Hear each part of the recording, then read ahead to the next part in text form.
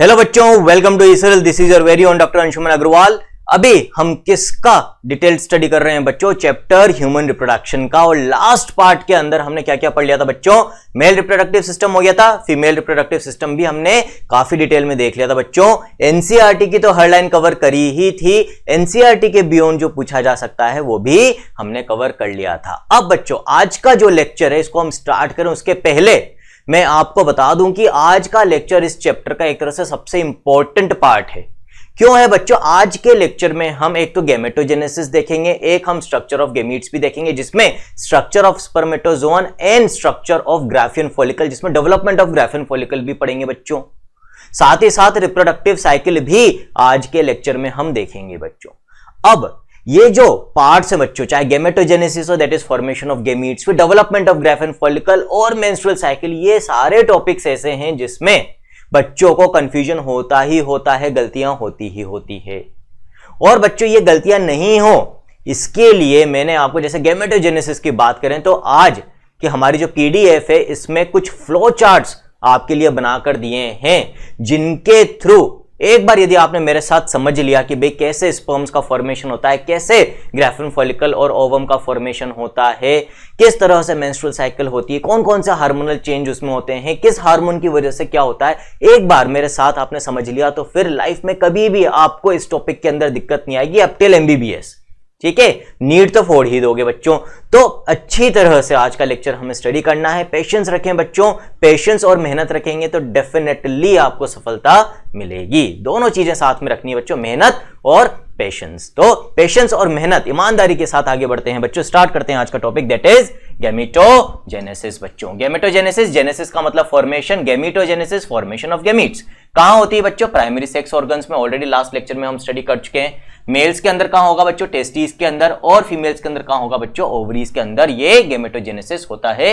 ये दोनों organs gametes produce करती हैं, sperms and ovum respectively. Testis तो sperms that is male gametes, और ओवरीज ओवम प्रोड्यूस करेगी that is female gametes. Sperms ज्यादा नंबर में प्रोड्यूस होते हैं, ओवम ह्यूमंस के अंदर एक बार में एक ही प्रोड्यूस होता है बच्चों। क्या कहलाता है प्रोसेस? गैमेटोजेनेसिस कहलाता है। अब बच्चों सबसे पहले हम बात करेंगे स्पर्मेटोजेनेसिस की। ठीक है, तो स्पर्मेटोजेनेसिस को समझने के लिए हम पहले तो ये देख लेते हैं भी थोड़ा सा एनसीईआरटी क्या कह रही है, फिर हमारे फ्लो चार्ट पे आ जाएंगे। तो इन टेस्टिस कहां होगा स्पर्मेटोजेनेसिस? टेस्टिस में the immature male germ cells, जिनको हम स्पर्मेटोगोनिया कहते हैं, produce sperms by spermatogenesis that begins at puberty. Important line है बच्चों, मार्क कर लो, स्टार मार्क कर लो।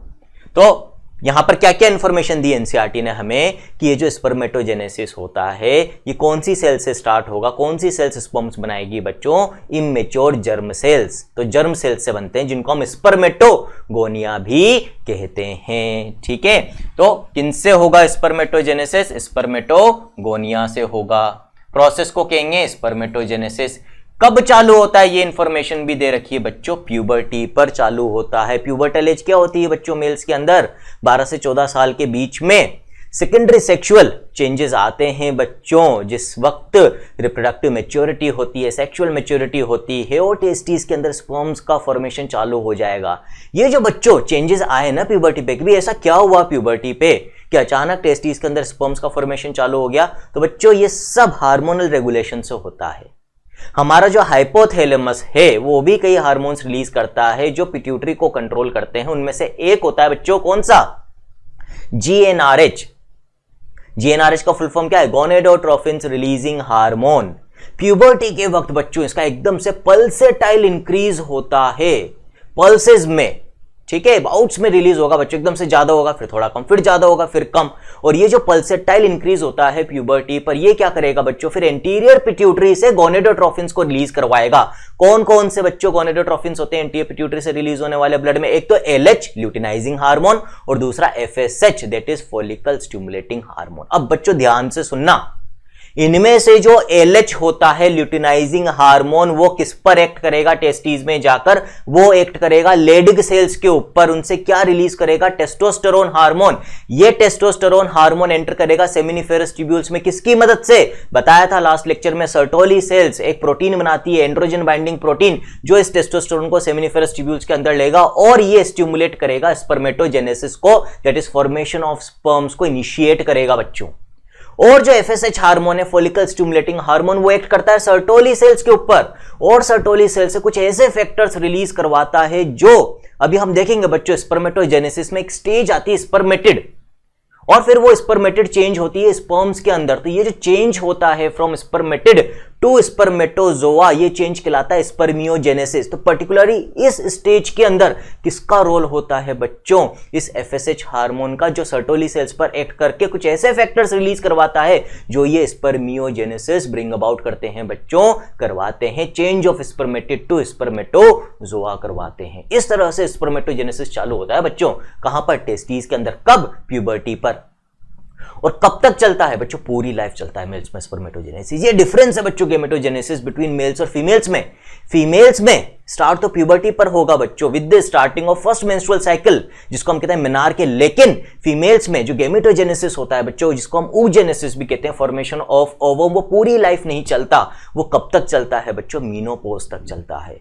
मीनोपोज का मतलब क्या होता है? जब तक मेंस्ट्रुअल साइकिल चल रही तब तक चल रहा है। जब मेंस्ट्रुअल साइकिल स्टॉप हो जाती है तो उस कंडीशन को हम मीनोपोज कहते हैं, जो यूजुअली फीमेल्स में 45 से 50 साल के आसपास होती है, 45 to 50 ईयर्स की एज में। उसके बाद बच्चों फीमेल्स में ओवम यानी एग का फॉर्मेशन नहीं होता, मेल्स में स्पर्म्स का फॉर्मेशन पूरी लाइफ होता है। ये डिफरेंसेस आपको याद रखने हैं बच्चों इन spermatogenesis and oogenesis। The spermatogonia, singular spermatogonium कहेंगे बच्चों, present on the inside wall of seminiferous tubules. हम ऑलरेडी लास्ट लेक्चर में देख चुके हैं कि जो सेमिनिफेरस ट्यूब्यूल्स, उनके अंदर दो तरह की सेल्स होती है, एक तो जर्म सेल्स जिनको हम स्पर्मेटोगोनिया भी कहते हैं, और दूसरी सर्टोली सेल्स। ये स्पर्मेटोगोनिया डिवाइड करेगी, multiply by mitotic division and increase in numbers. Each spermatogonium is diploid. बच्चों जो जर्म सेल्स होती है, स्पर्मेटोगोनिया होती है, डिप्लॉयड होती है। मेल की बात कर रहे हैं तो 44 प्लस XY, टोटल 46 क्रोमोसोम्स होंगे। 44 ऑटोसोम्स, 2 सेक्स क्रोमोसोम्स, 6 क्रोमोसोम्स में एक X और एक Y होता है, तो contain 46 chromosomes. Some of the spermatogonia called primary spermatocytes periodically undergo meiosis. अब यहां से एनसीईआरटी ने अपनी वही आदत चालू कर दी, नई नवेली दुल्हन वाली। अब यहां से गोलमाल चालू हो गया है, प्रॉपर्ली यहां से एक्सप्लेन नहीं कर रही है। यदि सिर्फ इसको पढ़ेंगे तो कभी भी स्पर्मेटोजेनेसिस दिमाग में नहीं घुसने वाला बच्चों। तो वास्तव में स्पर्मेटोजेनेसिस होता कैसे है, इसको बहुत इजीली हम समझ सकते हैं यदि इस फ्लो चार्ट को फॉलो करेंगे तो बच्चों। अब ध्यान से सब लोग बिल्कुल ध्यान से पहले इसको स्टडी करेंगे। ये पीडीएफ आपको ऐप के ऊपर मिल जाएगी। एक बार जब पूरा समझ लो उसके बाद फिर बनाना बच्चों। इसको अपने हाथ से बनाना जरूरी है, लेकिन कैसे? बिना देखें। पहले समझो, बिना देखे इसको बनाना। एक बार यदि बिना देखें, जैसे मैंने बनाया वैसे बना लिया ना, तो फिर स्पर्मेटोजेनेसिस कभी नहीं भूलोगे बच्चों। क्या होता है देखो, सेमिनिफेरस ट्यूब्यूल्स के अंदर जर्म सेल्स प्रेजेंट है, जिनको हम स्पर्मेटोगोनिया भी कहते हैं। डिप्लॉयड है, यानी कि 2n नंबर ऑफ क्रोमोसोम्स है, 44 ऑटोसोम्स, 2 सेक्स क्रोमोसोम्स, एक X और एक Y, टोटल 46 क्रोमोसोम्स। प्यूबर्टी पर जब वो हार्मोनल चेंजेस होते हैं जो अभी मैंने आपको बताए थे, तो क्या होगा बच्चों, इनके अंदर चेंजेस चालू हो जाएंगे। क्या शो करेगी ये? माइटोसिस, माइटोटिकली डिवाइड होगी बच्चों। माइटोटिकली डिवाइड हो रही है तो अपनी जैसी सेल्स बनाएगी, यानी कि और स्पर्मेटोगोनिया बनाएगी। अब बच्चों यदि मान लो जितनी भी स्पर्मेटोगोनिया बन रही है वो सारी की सारी स्पर्म बनाने में लग जाएगी, तो एक बार में सारी की सारी काम में आ गई, फिर आगे कौन बनाएगा भाई स्पर्म? पूरी लाइफ बनाने हैं। तो होता क्या है, कुछ स्पर्मेटोगोनिया जिनको हम स्पर्मेटोगोनिया टाइप बी कहते हैं, वो तो स्पर्म्स बनाने का काम करती है। लेकिन कुछ स्पर्मेटोगोनिया जिनको हम स्पर्मेटोगोनिया टाइप ए कहते हैं बच्चों, ये क्या करेगी? ये काम करती है टू रिप्लेस, या हम कह सकते हैं maintenance of the spermatogonia inside the seminiferous tubules. इनका काम होता है कि भाई ये रिजर्व के फॉर्म में रहेगी आगे और स्पर्म्स बनाने के लिए। तो कौन सी स्पर्मेटोगोनिया बना रही है स्पर्म्स बच्चों आगे? Type B. ये एनसीईआरटी ने नहीं बता रखा है, याद रखना है आपको। पहला फेज क्या कहलाता है बच्चों स्पर्मेटोजेनेसिस का? Multiplication phase. इस फेज में नंबर ऑफ स्पर्मेटोगोनिया बढ़ रहा है माइटोसिस से। दूसरा फेज क्या होगा बच्चों स्पर्मेटोजेनेसिस में? दूसरे फेज को हम कहते हैं ग्रोथ फेज। क्यों? इस फेज में ये जो स्पर्मेटोगोनिया टाइप बी है, ये सिर्फ ग्रो कर रही है साइज में बच्चों, साइटोप्लाज्मिक अमाउंट बढ़ रहा है इनके अंदर, और ये क्या कहलाती है बच्चों? प्राइमरी स्पर्मेटोसाइट्स कहलाती है आफ्टर ग्रोथ। तो ये फेज कहला गया ग्रोथ फेज। इसको हमने क्या बोला? ग्रोथ फेज बोला बच्चों। अभी किसी तरह का कोई डिवीजन नहीं हो रहा है, यहां पर मेनली साइज बढ़ रही है, ग्रोथ हो रही है। तो बच्चों अभी भी जो क्रोमोसोम नंबर है वही रहेगा, that is diploid 44 plus XY। ठीक, ये हो गया ग्रोथ फेज। अब जो तीसरा और लास्ट फेज होता है बच्चों स्पर्मेटोजेनेसिस में, उसको हम कहते हैं मैच्योरेशन फेज। क्या होता है मैच्योरेशन फेज में बच्चों? प्राइमरी स्पर्मेटोसाइट्स बन गई, अब इनके अंदर होगा बच्चों मियोसिस फर्स्ट। पढ़ते हो सेल साइकिल में रिडक्शनल डिवीजन है, 11th में आ जाता है। इसमें क्रोमोसोम नंबर आधा रह जाएगा बच्चों। तो अब जो सेल्स बनेगी by the meiosis first of primary spermatocytes, वो बनेगी बच्चों कैसी, हैप्लॉइड। अब जब हैप्लॉइड बनेगी तो क्या हो रहा है बच्चों, ये जो प्राइमरी स्पर्मेटोसाइट थी जिसमें 46 क्रोमोसोम थे, इसमें से 23 एक में आएंगे, 23 दूसरी में जाएंगे, तो ऑटोसोम्स 22 हो गए डिस्ट्रीब्यूट। अब 6 क्रोमोसोम्स बचे, एक एक्स एक वाई, तो एक में तो एक्स आ जाएगा और दूसरी में वाई चला जाएगा। 50-50% प्रोबेबिलिटी होती है बच्चों, आपको पता है, ठीक है। अब क्या होगा बच्चों, यहां पर ये सेकेंडरी स्पर्मेटोसाइट बन गई, ये दूसरी सेकेंडरी स्पर्मेटोसाइट बन गई एक प्राइमरी स्पर्मेटोसाइट से, है ना। अब ये जो सेकेंडरी स्पर्मेटोसाइट से इनके अंदर होगा बच्चों मियोसिस सेकंड, जो कि माइटोसिस की तरह ही होता है, क्रोमोसोम नंबर प्रिजर्व रहता है, तो जितना यहां पर है उतना ही अगले स्टेज में भी रहेगा। हर सेकेंडरी स्पर्मेटोसाइट से 2 नई सेल्स बनेगी जिनको हम कहते हैं स्पर्मेटिड।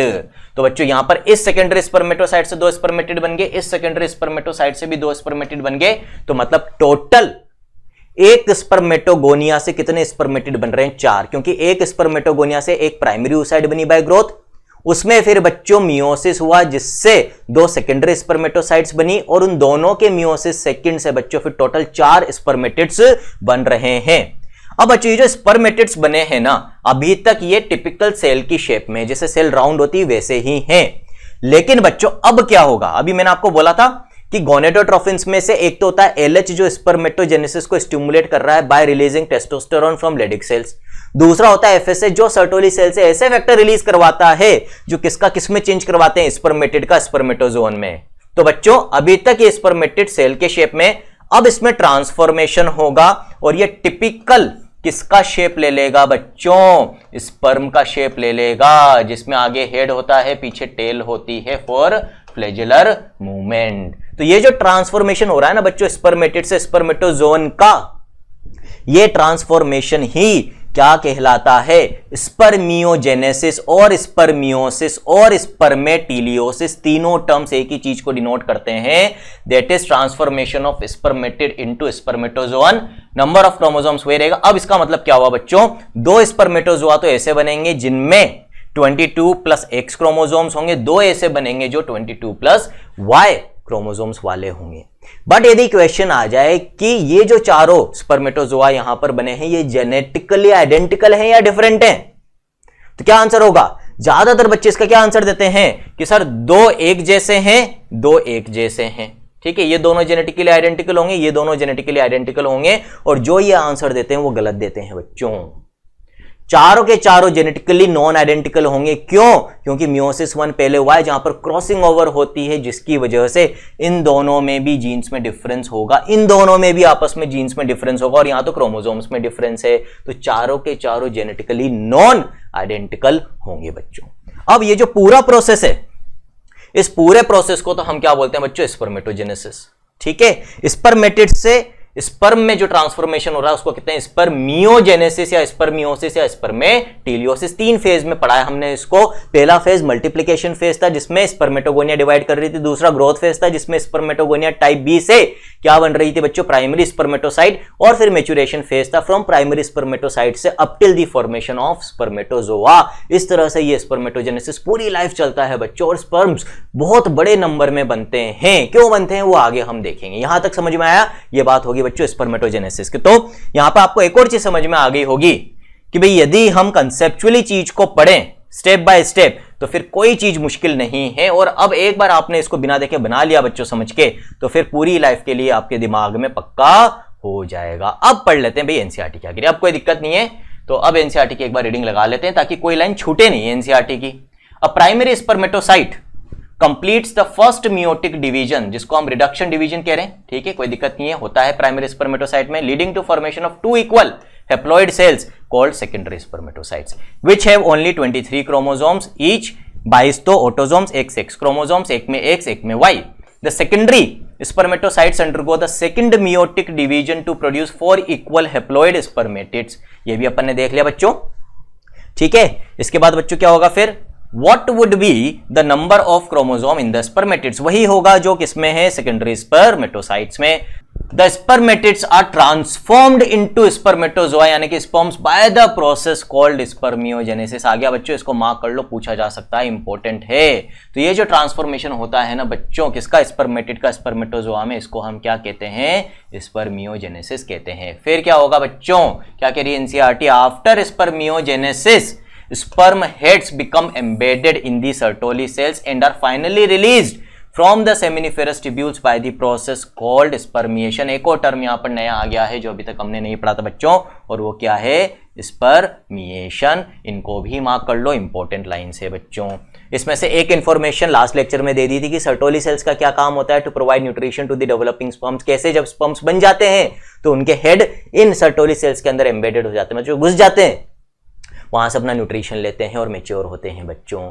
जब मेच्योर हो जाएंगे तो ऑलरेडी अपन टेस्टिस के अंदर का स्ट्रक्चर पढ़ चुके हैं बच्चों। ये जो सेमिनिफेरस ट्यूब्यूल्स है ये मिलकर क्या बनाती हैं, रेटिटेस्टिस। तो इन स्पर्म्स को रेटिटेस्टिस के अंदर रिलीज कर देगी बच्चों, और ये जो रिलीज ऑफ स्पर्म्स होता है, mature sperms from the seminiferous tubules into the rete testis, this is called as what, spermiation. इसको हम स्पर्मिएशन कहते हैं। लेकिन एक चीज ध्यान रखना बच्चों, अभी भी स्पर्म्स पूरी तरह से मेच्योर नहीं है, इनका काफी मेच्योरेशन आगे होगा बच्चों। कुछ मेच्योरेशन एपिडिडाइमिस में होगा और कुछ हम देखेंगे कैपेसिटी टू फर्टिलाइजेशन कहां डेवलप होती है, inside the female reproductive tract after insemination. आगे जैसे जैसे बढ़ेंगे ये सारी चीजें आती जाएगी बच्चों। तो यहां पर जो डायग्राम आपको बता रखा है बच्चों, डायग्राम इंपॉर्टेंट है एनसीईआरटी के, हर डायग्राम के बारे में हमें नॉलेज होनी चाहिए। तो यहां पर आपको डिफरेंट फेजेस ऑफ स्पर्मेटोजेनेसिस बता रखे हैं बच्चों की। यहां पर स्पर्मेटोगोनियम है जो जर्म सेल से बनती है, फिर इससे प्राइमरी स्पर्मेटोसाइट बनेगी, सेकेंडरी स्पर्मेटोसाइट बनेगी, फिर स्पर्मेटिड्स बनेंगे, फिर अल्टीमेटली स्पर्मेटोजोआ बनेंगे जो किसमें एम्बेडेड होते हैं बच्चों,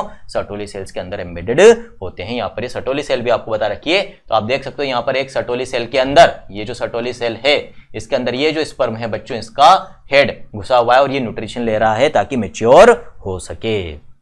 फिर हमने बात करी थी कब स्टार्ट होता है बच्चों spermatogenesis. Spermatogenesis starts at the age of puberty due to significant increase in the secretion of gonadotrophin releasing hormone. बता दिया, इंपॉर्टेंट है, अगेन मार्क कर लो बच्चों। This if you recall is a hypothalamic hormone, hypothalamus से निकलता है, बात कर लिया हमने। The increased levels of GnRH then acts at the anterior pituitary gland and stimulate secretion of two gonadotropins, luteinising hormone LH and follicle stimulating hormone FSH। अच्छे से समझा दिया है बच्चों। अब ये LH क्या करता है, LH acts at the Leydig cells and stimulates synthesis and secretion of androgens. Main androgen क्या है, टेस्टोस्टेरोन, और ये एंड्रोजन यानी कि testosterone in turn stimulate the process of spermatogenesis को चालू करवाता है बच्चों, ठीक है। फिर FSH का क्या काम है, FSH acts on the Sertoli cells, ये भी बता दिया था मैंने, and stimulate secretion of some factors which help in the process of spermiogenesis.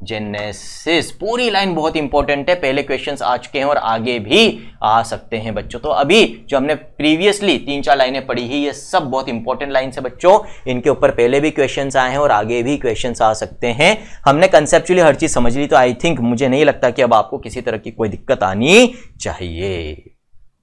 इसके बाद बच्चों एनसीईआरटी ने क्या बता रखा है आपको, एनसीईआरटी ने आपको एक स्पर्मेटोजोन यानी कि एक स्पर्म का स्ट्रक्चर समझा रखा है, देख लेते हैं बच्चों, ठीक है। तो जो स्पर्म का स्ट्रक्चर है उसको हम कितने पार्ट्स में डिवाइड कर सकते हैं बच्चों, 4 पार्ट्स में डिवाइड कर सकते हैं। सबसे आगे वाला पार्ट क्या कहलाता है, हेड, मार्क कर लो। दूसरा पार्ट क्या कहलाता है बच्चों, नेक।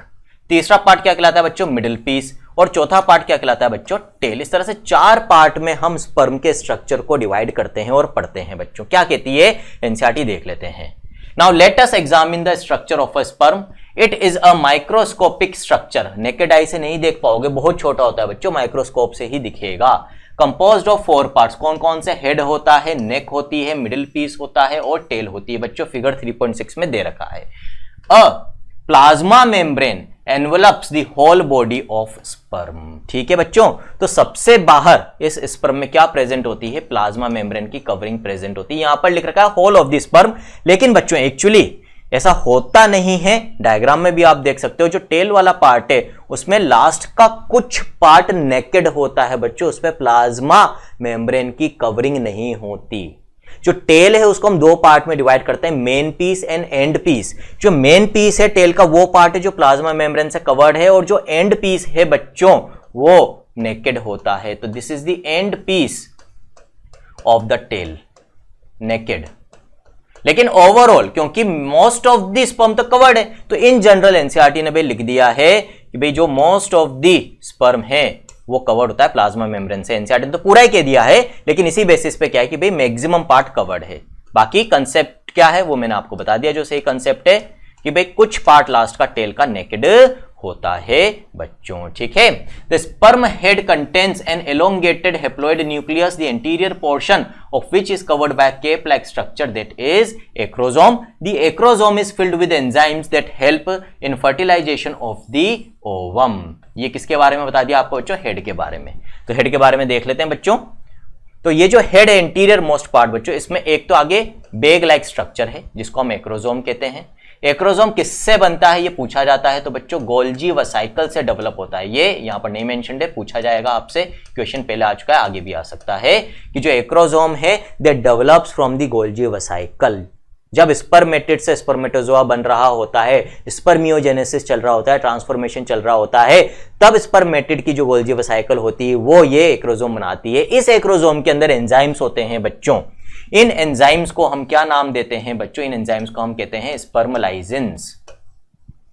ये जो स्पर्म लाइजेंस होते हैं बच्चों, इनमें जो मेन केमिकल कंपोनेंट होता है, मेन एंजाइम होता है, वो होता है हाइल्यूरोनिडेज एंजाइम, जिसका काम होता है हाइल्यूरोनिक एसिड पॉलीसेकेराइड को ब्रेक डाउन करना, डिसॉल्व करना। और ये आगे मदद करेगा in the fertilisation of sperm with ovum, in the penetration of sperm into the ovum. कैसे वो आगे देखेंगे, फंक्शन बता दिया। एक्रोसोम का काम है it helps in the fertilisation, ठीक है। यहां पे लिखा हुआ भी कि फर्टिलाइजेशन ऑफ द ओवम में मदद करता है with the help of enzymes which are present inside acrosome. Acrosome के अलावा हेड का जो मेजर पोर्शन है वो किससे ऑक्यूपाइड होता है बच्चों? न्यूक्लियस ऑक्यूपाई करता है उसको। इस न्यूक्लियस के अंदर क्रोमोसोमल मटेरियल होगा बच्चों। स्पर्म के अंदर साइटोप्लाज्म ना के बराबर होता है। तो हेड के अंदर एक तो बड़ा न्यूक्लियस है, हेप्लॉइड न्यूक्लियस, जिसमें क्रोमोसोम्स है, और एंटीरियर मोस्ट पार्ट में एक्रोसोम होता है जिसमें एंजाइम्स भरे हुए होते हैं बच्चों। फिर मिडिल पीस की बात करते हैं बच्चों। The middle piece possesses numerous mitochondria which produce energy for the movement of tail that facilitates sperm motility essential for fertilization, ठीक है। तो मिडिल पीस का क्या काम है बच्चों? जो मिडिल पीस है, इस मिडिल पीस के अंदर माइटोकॉन्ड्रिया की आप देख सकते हो बच्चों स्पाइरल शीथ होती है, स्पाइरली अरेंज होते हैं माइटोकॉन्ड्रिया। और ये माइटोकॉन्ड्रिया की जो स्पाइरल शीथ है इसको हम बच्चों कहते हैं नेबेनकर्ण शीथ। नहीं दे रखा नाम, लिख लो, नेबेनकर्ण शीथ इसको बोला जाता है। काम क्या है बच्चों? प्रोडक्शन ऑफ एनर्जी, आपको पता है माइटोकॉन्ड्रिया का काम। अब बच्चों मिडिल पीस और हेड के बीच में एक और पार्ट है जिसको हम क्या कहते हैं? नेक। और इस नेक के अंदर बच्चों क्या क्या होता है? तो यहां पर अपन लिख लेंगे, नेक के अंदर आपको दो चीजें याद रखनी है बच्चों। कौन कौन सी? सेंट्रियोल्स प्रेजेंट होते हैं बच्चों। एक सेंट्रियोल यहां पर होगा बच्चों प्रॉक्सिमली, जगह नहीं दे रखी यहां पर एनसीईआरटी ने, आप याद रख लो। जो नेक वाला पार्ट है उसमें बच्चों टुवर्ड्स द न्यूक्लियस जो सेंट्रियोल होता है उसको हम कहते हैं प्रॉक्सिमल सेंट्रियोल, प्रॉक्सिमल सेंट्रियोल। और इसका रोल हम कहां पढ़ेंगे? जब जायगोट बन जाएगा ना बच्चों, तो वहां पर हम देखेंगे कि जायगोट बनने के बाद जो पहला डिवीजन होता है जायगोट में, उसमें ये प्रॉक्सिमल सेंट्रियोल स्पिंडल फॉर्मेशन में मदद करता है, ठीक है। तो वहां पर इसका फंक्शन आ जाएगा। अभी याद रख लो कि नेक के अंदर प्रॉक्सिमल सेंट्रियोल होता है टुवर्ड्स द न्यूक्लियस, और दूसरा होता है बच्चों डिस्टल सेंट्रियोल, जो यहां पर क्या करता है बच्चों? यहां पर बनाता है एक्सियल फिलामेंट, ठीक है, जो टेल बना रहा है जिससे फ्लैजेलर मूवमेंट होता है। तो डिस्टल सेंट्रियोल तो बनाएगा बच्चों एक्सियल फिलामेंट, और प्रॉक्सिमल सेंट्रियोल बाद में डिवीजन में मदद करेगा जब जायगोट बन जाएगा। आ गई बात समझ में बच्चों? क्लियर है, ठीक है। ये बात हो गई नेक की, मिडिल पीस की। मिडिल पीस में एक और स्ट्रक्चर अपने को याद रखना है बच्चों। कौन सा स्ट्रक्चर है? यहां पर ये बना रखा है लेकिन लेबल नहीं कर रखा है एनसीईआरटी ने। इसको हम कहते हैं बच्चों रिंग सेंट्रियोल। ये सराउंड करता है एक्सियल फिलामेंट को, लेकिन अभी तक इसका फंक्शन अननोन है, लेकिन आपको याद जरूर रखना है। एक और स्ट्रक्चर जो आपको मिडिल पीस में याद रखना है बच्चों, वो क्या है? अपन यदि हेड की बात करें तो हेड का थोड़ा सा पार्ट बच्चों डिस्टल पार्ट, फिर नेक वाला पार्ट, और बच्चों मिडिल पीस वाला पार्ट। इसमें पेरिफेरी में एक पतली सी लेयर होती है साइटोप्लाज्म की, और इस पतली सी लेयर को बच्चों अपन कहते हैं मेनशेट। तो manchette is what? A thin layer of cytoplasm present in the posterior half of the head, neck and middle piece. तो बहुत कम साइटोप्लाज्म होता है स्पर्म में, लेकिन होता तो ऐसा नहीं कि बिल्कुल जीरो है बच्चों। और इस थिन लेयर ऑफ साइटोप्लाज्म को हम कहते हैं मेनशेट। तो मिडिल पीस में क्या क्या हो गया बच्चों? मिडिल पीस के अंदर एक तो मेन शीट यानी कि थिन लेयर ऑफ साइटोप्लाज्म, एक nebenkern sheet that is spiral sheet of mitochondria, और एक रिंग सेंट्रियोल प्रेजेंट है, प्लस एक्सियल फिलामेंट प्रेजेंट है जो किससे बना है? डिस्टल सेंट्रियोल से। नेक में क्या क्या है बच्चों? प्रोक्सिमल सेंट्रियोल और डिस्टल सेंट्रियोल। अल्टीमेटली टेल की बात करेंगे, टेल एक्सियल फिलामेंट से बन रही है, एक्सियल फिलामेंट की मदद से स्पर्म फ्लैजेलर मूवमेंट शो करता है और कहां तक पहुंचता है? ओवम तक पहुंचता है फॉर फर्टिलाइजेशन। ठीक है बच्चों, आगे बढ़ते हैं।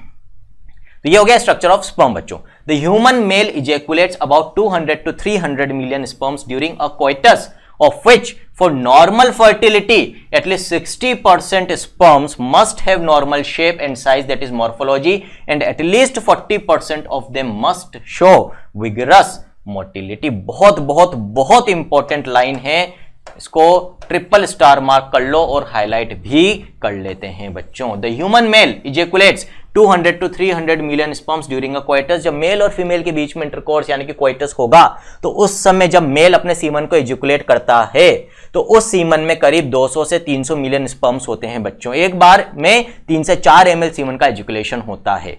अब ये जो 200 से 300 मिलियन स्पर्म्स इजैकुलेट हुए हैं बच्चों, इंसेमिनेट हुए into the female reproductive tract, यदि हम चाहते हैं कि इनमें से कोई एक जाकर ओवम के साथ फर्टिलाइज हो तो उसके लिए क्या जरूरी है? ऑलरेडी बहुत बड़ा नंबर है, फिर भी क्या जरूरी है कि भाई इनमें से कम नॉर्मल फर्टिलिटी के लिए यानी कि फ्यूजन विद ओवम के लिए क्या जरूरी है कि at least 60% sperms must have normal shape and size, normal morphology होनी चाहिए, कोई डिफेक्ट नहीं होना चाहिए स्ट्रक्चर के अंदर, एटलीस्ट 60% ऑफ द स्पर्म्स में। और ये जो 60% नॉर्मल मॉर्फोलॉजी के स्पर्म्स हो उनमें से फिर एटलीस्ट 40% ऑफ देम बोला है, यानी इन 60% के भी 40% में एटलीस्ट विगरस मोटिलिटी यानी कि फास्ट स्पीडी मूवमेंट यानी कि मोटिलिटी होनी चाहिए, तेजी से मूव करने की कैपेसिटी होनी चाहिए, तभी जाके ओवम के फर्टिलाइजेशन की प्रोबेबिलिटी बनेगी। नहीं तो फर्टिलाइजेशन नहीं होगा, वो कपल रिप्रोड्यूस नहीं कर पाएगा बच्चों। आगे बात समझ में, बहुत इंपॉर्टेंट लाइन है, अच्छे से याद रखना इसको, ठीक है। फिर आगे क्या कहती है बच्चों NCERT? Sperms released from the seminiferous tubules are transported by the accessory ducts. पढ़ी थी rete testis, epididymis, vas deferens. Secretions of epididymis, vas deferens, seminal vesicle, prostate are essential for maturation and motility of sperms. तो मैंने अभी क्या बोला था कि seminiferous tubule के अंदर पूरा मैच्योरेशन नहीं होता, आगे जो रिप्रोडक्टिव ट्रैक्ट होती है मेल में उनमें भी इन डिफरेंट पार्ट से जो सिक्रीशंस निकलते हैं वो भी इन स्पर्म्स के मैच्योरेशन में मदद करते हैं बच्चों। The seminal plasma along with the sperms constitute the semen, ये ऑलरेडी लास्ट लेक्चर में बात कर ली थी। The functions of the male sex accessory ducts and glands are maintained by the testicular hormones, that is androgens। ये जितने भी male reproductive parts हैं बच्चों, चाहे accessory ducts की बात करें हम, चाहे हम ग्लैंड्स की बात करें, ये सब अपना काम नॉर्मली करती रहे। इसके लिए कौन रेस्पॉन्सिबल होते हैं? टेस्टिस से निकलने वाले हार्मोन्स, जिनको कलेक्टिवली हम एंड्रोजन्स बोलते हैं, जिनमें से मेन हार्मोन टेस्टोस्टेरोन होता है। तो बच्चों इस तरह से स्पर्मेटोजेनेसिस प्लस क्या समझ लिया है हमने? Structure of sperm.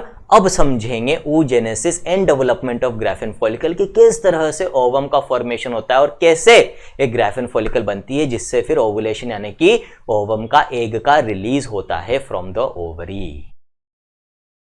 तो चलो बच्चों फिर देखते हैं कि भाई oogenesis होता कैसे, एनसीईआरटी ने इसके बारे में क्या बोल रखा है। तो पहले एनसीईआरटी क्या कहती है थोड़ा सा देख लेते हैं, फिर हम अपना फ्लो चार्ट देखेंगे जिसे एक बार में पूरा समझ में आ जाएगा, और फिर एक बार और देख लेंगे कि भाई लास्ट में एनसीईआरटी कितनी लाइनें यहां पर बता रही है, इसके बारे में सारी चीजें कवर हो जाएगी from the NCERT and beyond NCERT. So the process of formation of a mature female gamete is called oogenesis। तो फीमेल गेमिट के फॉर्मेशन को हम क्या बोलते हैं बच्चों? oogenesis बोलते हैं, which is markedly different from spermatogenesis. Difference होता है, मैंने बता दिया था बच्चों ऑलरेडी शुरुआत में ही कि भाई स्पर्मेटोजेनेसिस मेल्स में पूरी लाइफ चलता है, फीमेल्स में कब रुक जाता है? मीनोपॉज पे रुक जाता है 45 से 50 साल की एज के आसपास। एक और डिफरेंस है बच्चों, जो स्पर्मेटोजेनेसिस है वो तो मेल्स में प्यूबर्टी पर चालू हुआ था, लेकिन फीमेल्स में ये जो oogenesis होता है बच्चों, ये फीटल लाइफ में, एम्ब्रियोनिक लाइफ में ही चालू हो जाता है। जब फीमेल बेबी अपनी मदर के यूट्रस में डेवलप हो रही होती है उस वक्त ही ये oogenesis का प्रोसेस चालू हो जाता है बच्चों। लेकिन जो मैच्योर ओवम बनना चालू होता है बच्चों वो प्यूबर्टी पर होता है। तो प्रोसेस ऑफ oogenesis, क्वेश्चन आता है कि भाई oogenesis चालू कब हो रहा है? तो वो तो एम्ब्रियोनिक लाइफ में हो गया फीमेल में, लेकिन ओवम बनना कब से चालू होगा? प्रोसेस तो चालू हो गया लेकिन बीच में रुक जाता है बच्चों, ब्रेक लग जाता है। बनेगा कब? बनेगा प्यूबर्टी के बाद से बच्चों, जब मेंस्ट्रुअल साइकिल चालू हो जाती है। पहली मेंस्ट्रुअल साइकिल से ये ओवम बनना चालू होगा। पहली मेंस्ट्रुअल साइकिल होने को हम बोलते हैं मेनार्के, MENARCHE। फिर oogenesis is initiated during the embryonic development. आ गया बच्चों, एम्ब्रियोनिक स्टेज में ही चालू हो जाता है। When a couple of million gamete mother cells, gamete को बनाने वाली सेल्स, जैसे स्पर्म्स में स्पर्मेटोगोनिया थी वैसे oogonia यहां पर होती है बच्चों, are formed within each fetal ovary. No more oogonia are formed and added after birth. तो ये क्या कह रहे हैं कि before the birth of the female baby, जब वो मदर के यूट्रस में डेवलप हो रहा होता है एज एन एम्ब्रियो, तब फीमेल एम्ब्रियो की ओवरी के अंदर, हर ओवरी में, ईच फीटल ओवरी यहां पर बोला है बच्चों इन्होंने, कितनी गेमीट मदर सेल्स यानी कि oogonia बन जाती है। अ कपल ऑफ मिलियन, करीब करीब 2 मिलियन, 2 मिलियन यानी 20 लाख oogonia हर एक ओवरी में बनेगी। 2 ओवरी होती है तो करीब 4 मिलियन यानी कि 40 लाख oogonia बन जाती है बच्चों। और एक और चीज बोली यहां पर एनसीईआरटी ने कि इसके बाद जो भी बननी होगी यहां बन जाएगी, बर्थ के बाद कोई नई oogonia नहीं बनती। इनफैक्ट बच्चों ये जो oogonia है ना, ये कब बन जाती है? 5th month of intrauterine life तक ही बन जाती है, जितनी भी बननी होती है। आई बात समझ में? जितनी भी बननी होगी कब बन जाएगी? 5th month of intrauterine life में ही बन जाएगी। अब अपने फ्लो चार्ट से बच्चों इसको एक बार हम समझेंगे कि भाई किस तरह से oogenesis का प्रोसेस होता है। ठीक है, तो बच्चों स्टार्टिंग कहां से होगी कि भाई इंट्रायूट्राइन लाइफ में ही क्या बन गई? ये oogonia बन गई। तो ओवरी के अंदर बच्चों, जैसे टेस्टिस के अंदर हमने देखा था, सेमिनिफेरस ट्यूब्यूल्स के अंदर जर्म सेल्स होती है जिनको स्पर्मेटोगोनिया कहते हैं, जो अपना नंबर बढ़ाती है माइटोसिस से ड्यूरिंग मल्टीप्लिकेशन फेज। उसी तरह से बच्चों यहां पर भी आपको मल्टीप्लिकेशन फेज मिलेगा। इस मल्टीप्लिकेशन फेज में ओवरी के अंदर गेम्यूट्स को बनाने वाली जो जर्म सेल्स होती है, जिनको हम oogonia भी कहते हैं, जो कि डिप्लॉइड है। ठीक है, अब फीमेल्स में क्या होगा बच्चों? दोनों सेक्स क्रोमोसोम्स एक्स टाइप के होते हैं, जबकि मेल में एक एक्स एक वाई, टोटल 46 ही होंगे, 44 ऑटोसोम्स और 2 सेक्स क्रोमोसोम्स। तो इस तरह से बच्चों ये डिप्लॉइड जर्म सेल्स माइटोसिस से डिवाइड होकर अपना नंबर बढ़ाएगी। और ये जो oogonia गेमीट मदर सेल्स है, जितनी भी बननी होती है बर्थ के पहले बन जाती है फीमेल बेबी की ओवरीज के अंदर। कितनी बनती है बच्चों? In each ovary there are 2 million oogonia। कब तक बन जाएगी बच्चों? Till 5th month of intrauterine life. जब बेबी मदर की यूट्रस में डेवलप हो रही है, 9 महीने की प्रेगनेंसी होती है, तो बच्चों 5वें महीने तक ही ये सारी oogonia बन जाती है। अब बच्चों जितनी oogonia बननी थी उतनी तो बन गई। अब इन oogonia का क्या होगा बच्चों? जैसे स्पर्मेटोजेनेसिस में हमने देखा था कि ग्रोथ फेज आया था, वहां पर स्पर्मेटोगोनिया ग्रो करके प्राइमरी स्पर्मेटोसाइट बनाती है। उसी तरह से बच्चों यहां पर oogonia भी ग्रो करके क्या बनाएगी? प्राइमरी oocyte बनाएगी। यहां पर सिर्फ ग्रोथ हो रही है तो ये फेज क्या कहलाएगा बच्चों? ग्रोथ फेज कहलाता है। तो वही सारे फेजेस जो स्पर्मेटोजेनेसिस में मिलते हैं यहां पर भी अपने को देखने को मिलेंगे बच्चों। ग्रोथ फेज हुआ, प्राइमरी oocyte बन गई। अब बच्चों ये जो प्राइमरी oocytes, ये भी कब तक बन गए बच्चों? बर्थ तक बन चुकी है। ग्रोथ फेज और मल्टीप्लिकेशन फेज दोनों कंप्लीट हो जाते हैं before the birth of the female baby inside her ovaries. ठीक है, अब बच्चों यहां पर मैच्योरेशन फेज भी चालू हो जाता है बिफोर द बर्थ ओनली। तो बच्चों at the time of birth ये जो प्राइमरी oocytes है फीमेल बेबी की ओवरी में, इनके अंदर मियोसिस 1 चालू हो जाएगा। वहां पर हुआ था प्राइमरी स्पर्मेटोसाइट्स में मियोसिस 1, जिससे हेप्लॉइड सेकेंडरी स्पर्मेटोसाइट्स बनी थी। यहां पर भी मियोसिस 1 चालू हो जाएगा, लेकिन ये पूरा नहीं हो पाएगा बच्चों। होगा क्या? Meiosis 1 starts but arrested in diplotene stage of prophase 1 at the time of birth. चालू हो जाता है लेकिन प्रोफेज 1 के दौरान ही रुक जाता है। प्रोफेज 1 में भी कौन से सब स्टेज में बच्चों? डिप्लोटीन सब स्टेज में। कब तक रुका रहेगा बच्चों? It remain arrested in prophase 1 till puberty. कब तक अरेस्टेड रहता है, रुका रहता है? प्यूबर्टी तक रुका रहता है। प्यूबर्टी तक ये सारी प्राइमरी oocytes किस फेज में रहेगी? प्रोफेज 1 में रुकी हुई रहेगी, मियोसिस 1 कंप्लीट नहीं करेगी बच्चों। ठीक है, प्यूबर्टी तक आते आते एक और चीज होती है बच्चों, ये जो बर्थ से लेकर प्यूबर्टी का वक्त है, जिस वक्त ओवरी के अंदर प्राइमरी oocytes प्रोफेज 1 में रुकी हुई है, इस वक्त इनमें से काफी प्राइमरी oocytes डिस्ट्रॉय हो जाती है बच्चों।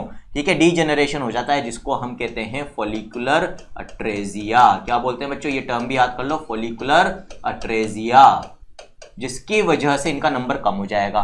oogonia का नंबर कितना था हर ओवरी में? करीब करीब 20 लाख बच्चों, 2 मिलियन टोटल मिला के 40 लाख थी दोनों ओवरीज में।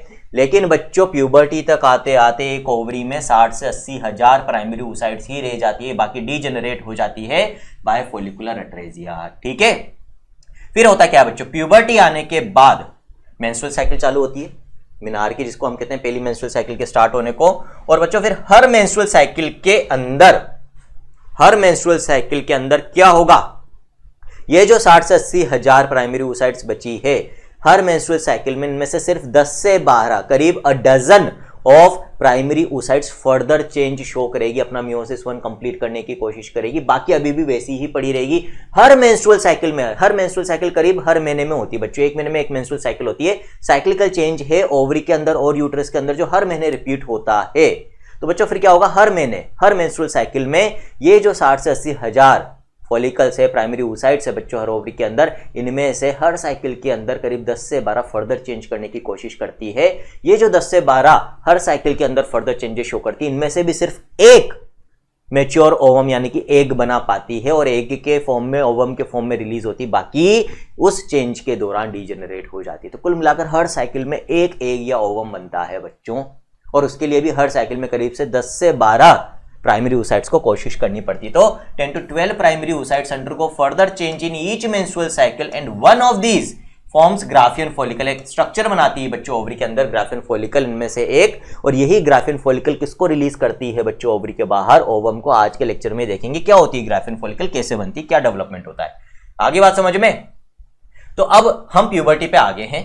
प्यूबर्टी पे आगे तो अभी भी प्राइमरी oocyte के फॉर्म में ही है, प्रोफेज 1 में अटकी हुई है बच्चों, मेंस्ट्रुअल साइकिल चालू हो गई। अब ये मान के चल रहे हैं हम कि ये जो प्राइमरी oocyte जिसको हम पढ़ रहे हैं, ये मेंस्ट्रुअल साइकिल में एंटर कर चुकी है, चेंजेस शो कर रही है आगे, अब ये अपना मियोसिस 1 कंप्लीट करेगी। हम इस प्राइमरी oocyte को वो प्राइमरी oocyte मान रहे हैं जो आगे चलकर ग्राफियन फॉलिकल बनाती है, डीजेनरेट नहीं होती बच्चों मेंस्ट्रुअल साइकिल में। जब इसका मियोसिस 1 कंप्लीट होगा बच्चों, तो मियोसिस 1 कंप्लीट होने पर क्या बनाएगी, ये बनाएगी secondary oocyte।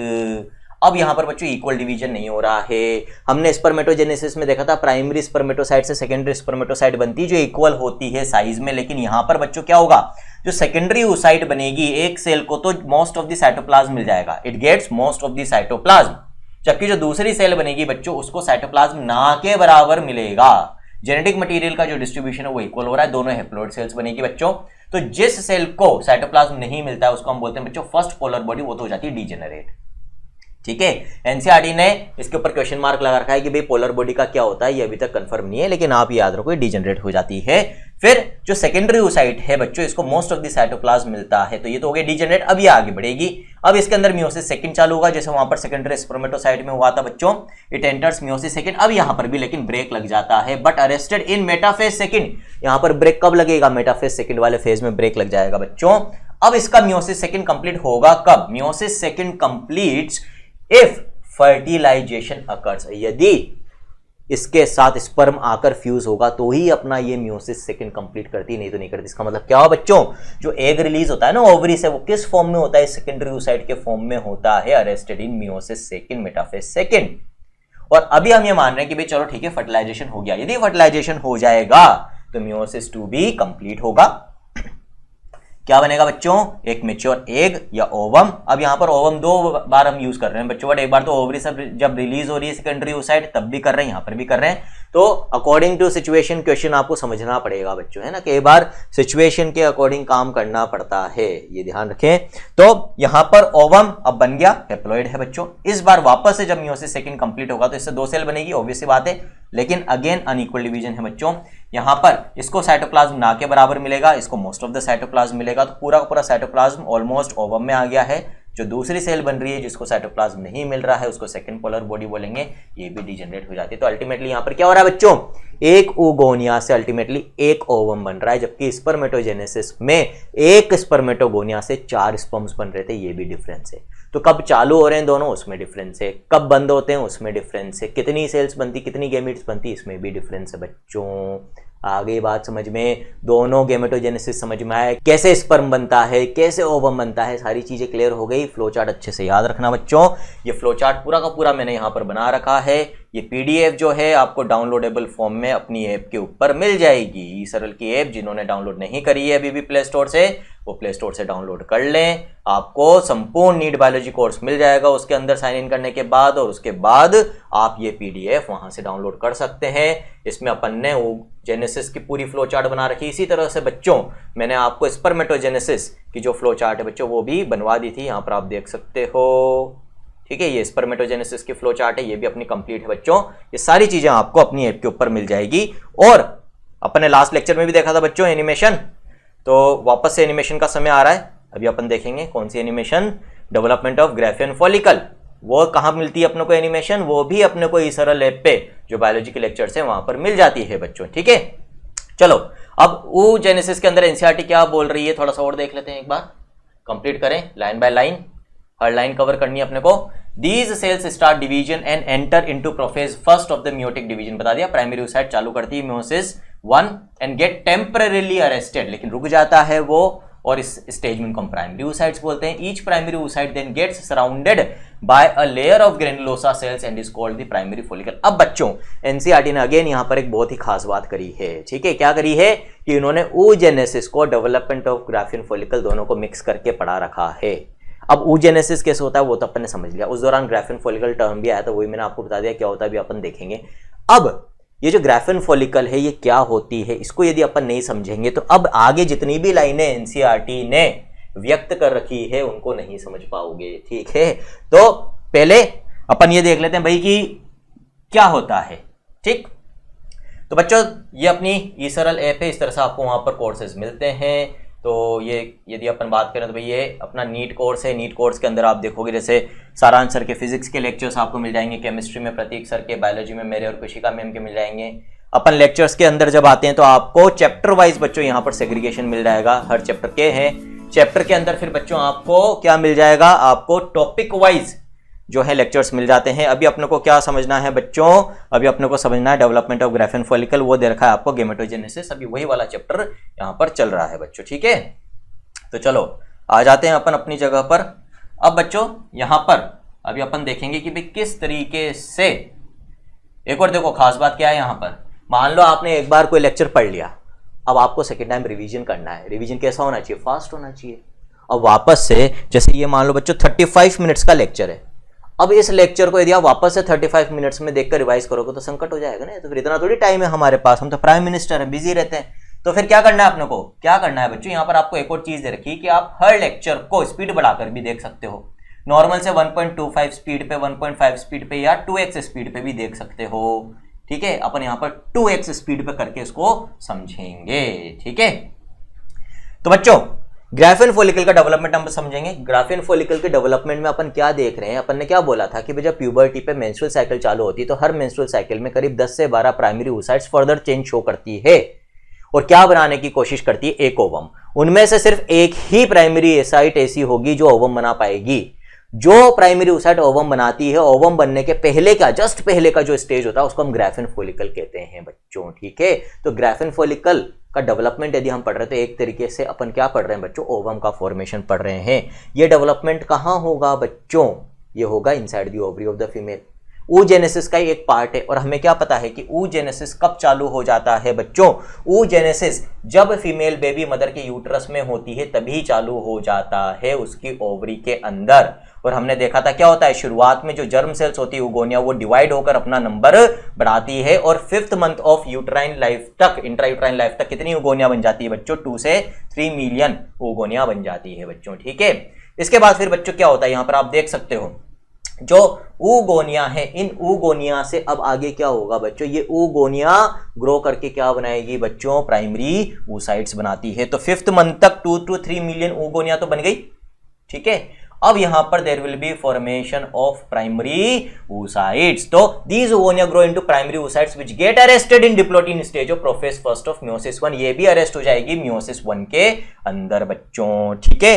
Arrested in meiosis 1, रुक चुकी है meiosis 1 के अंदर, यहां पर ब्रेक लग गया है meiosis 1 में। अब बच्चों बर्थ से लेकर प्यूबर्टी तक रुकी रहेगी, लेकिन इस दौरान यहां पर एक चेंज हो रहा है। अब क्या चेंज हो रहा है वो देख लो यहां पर।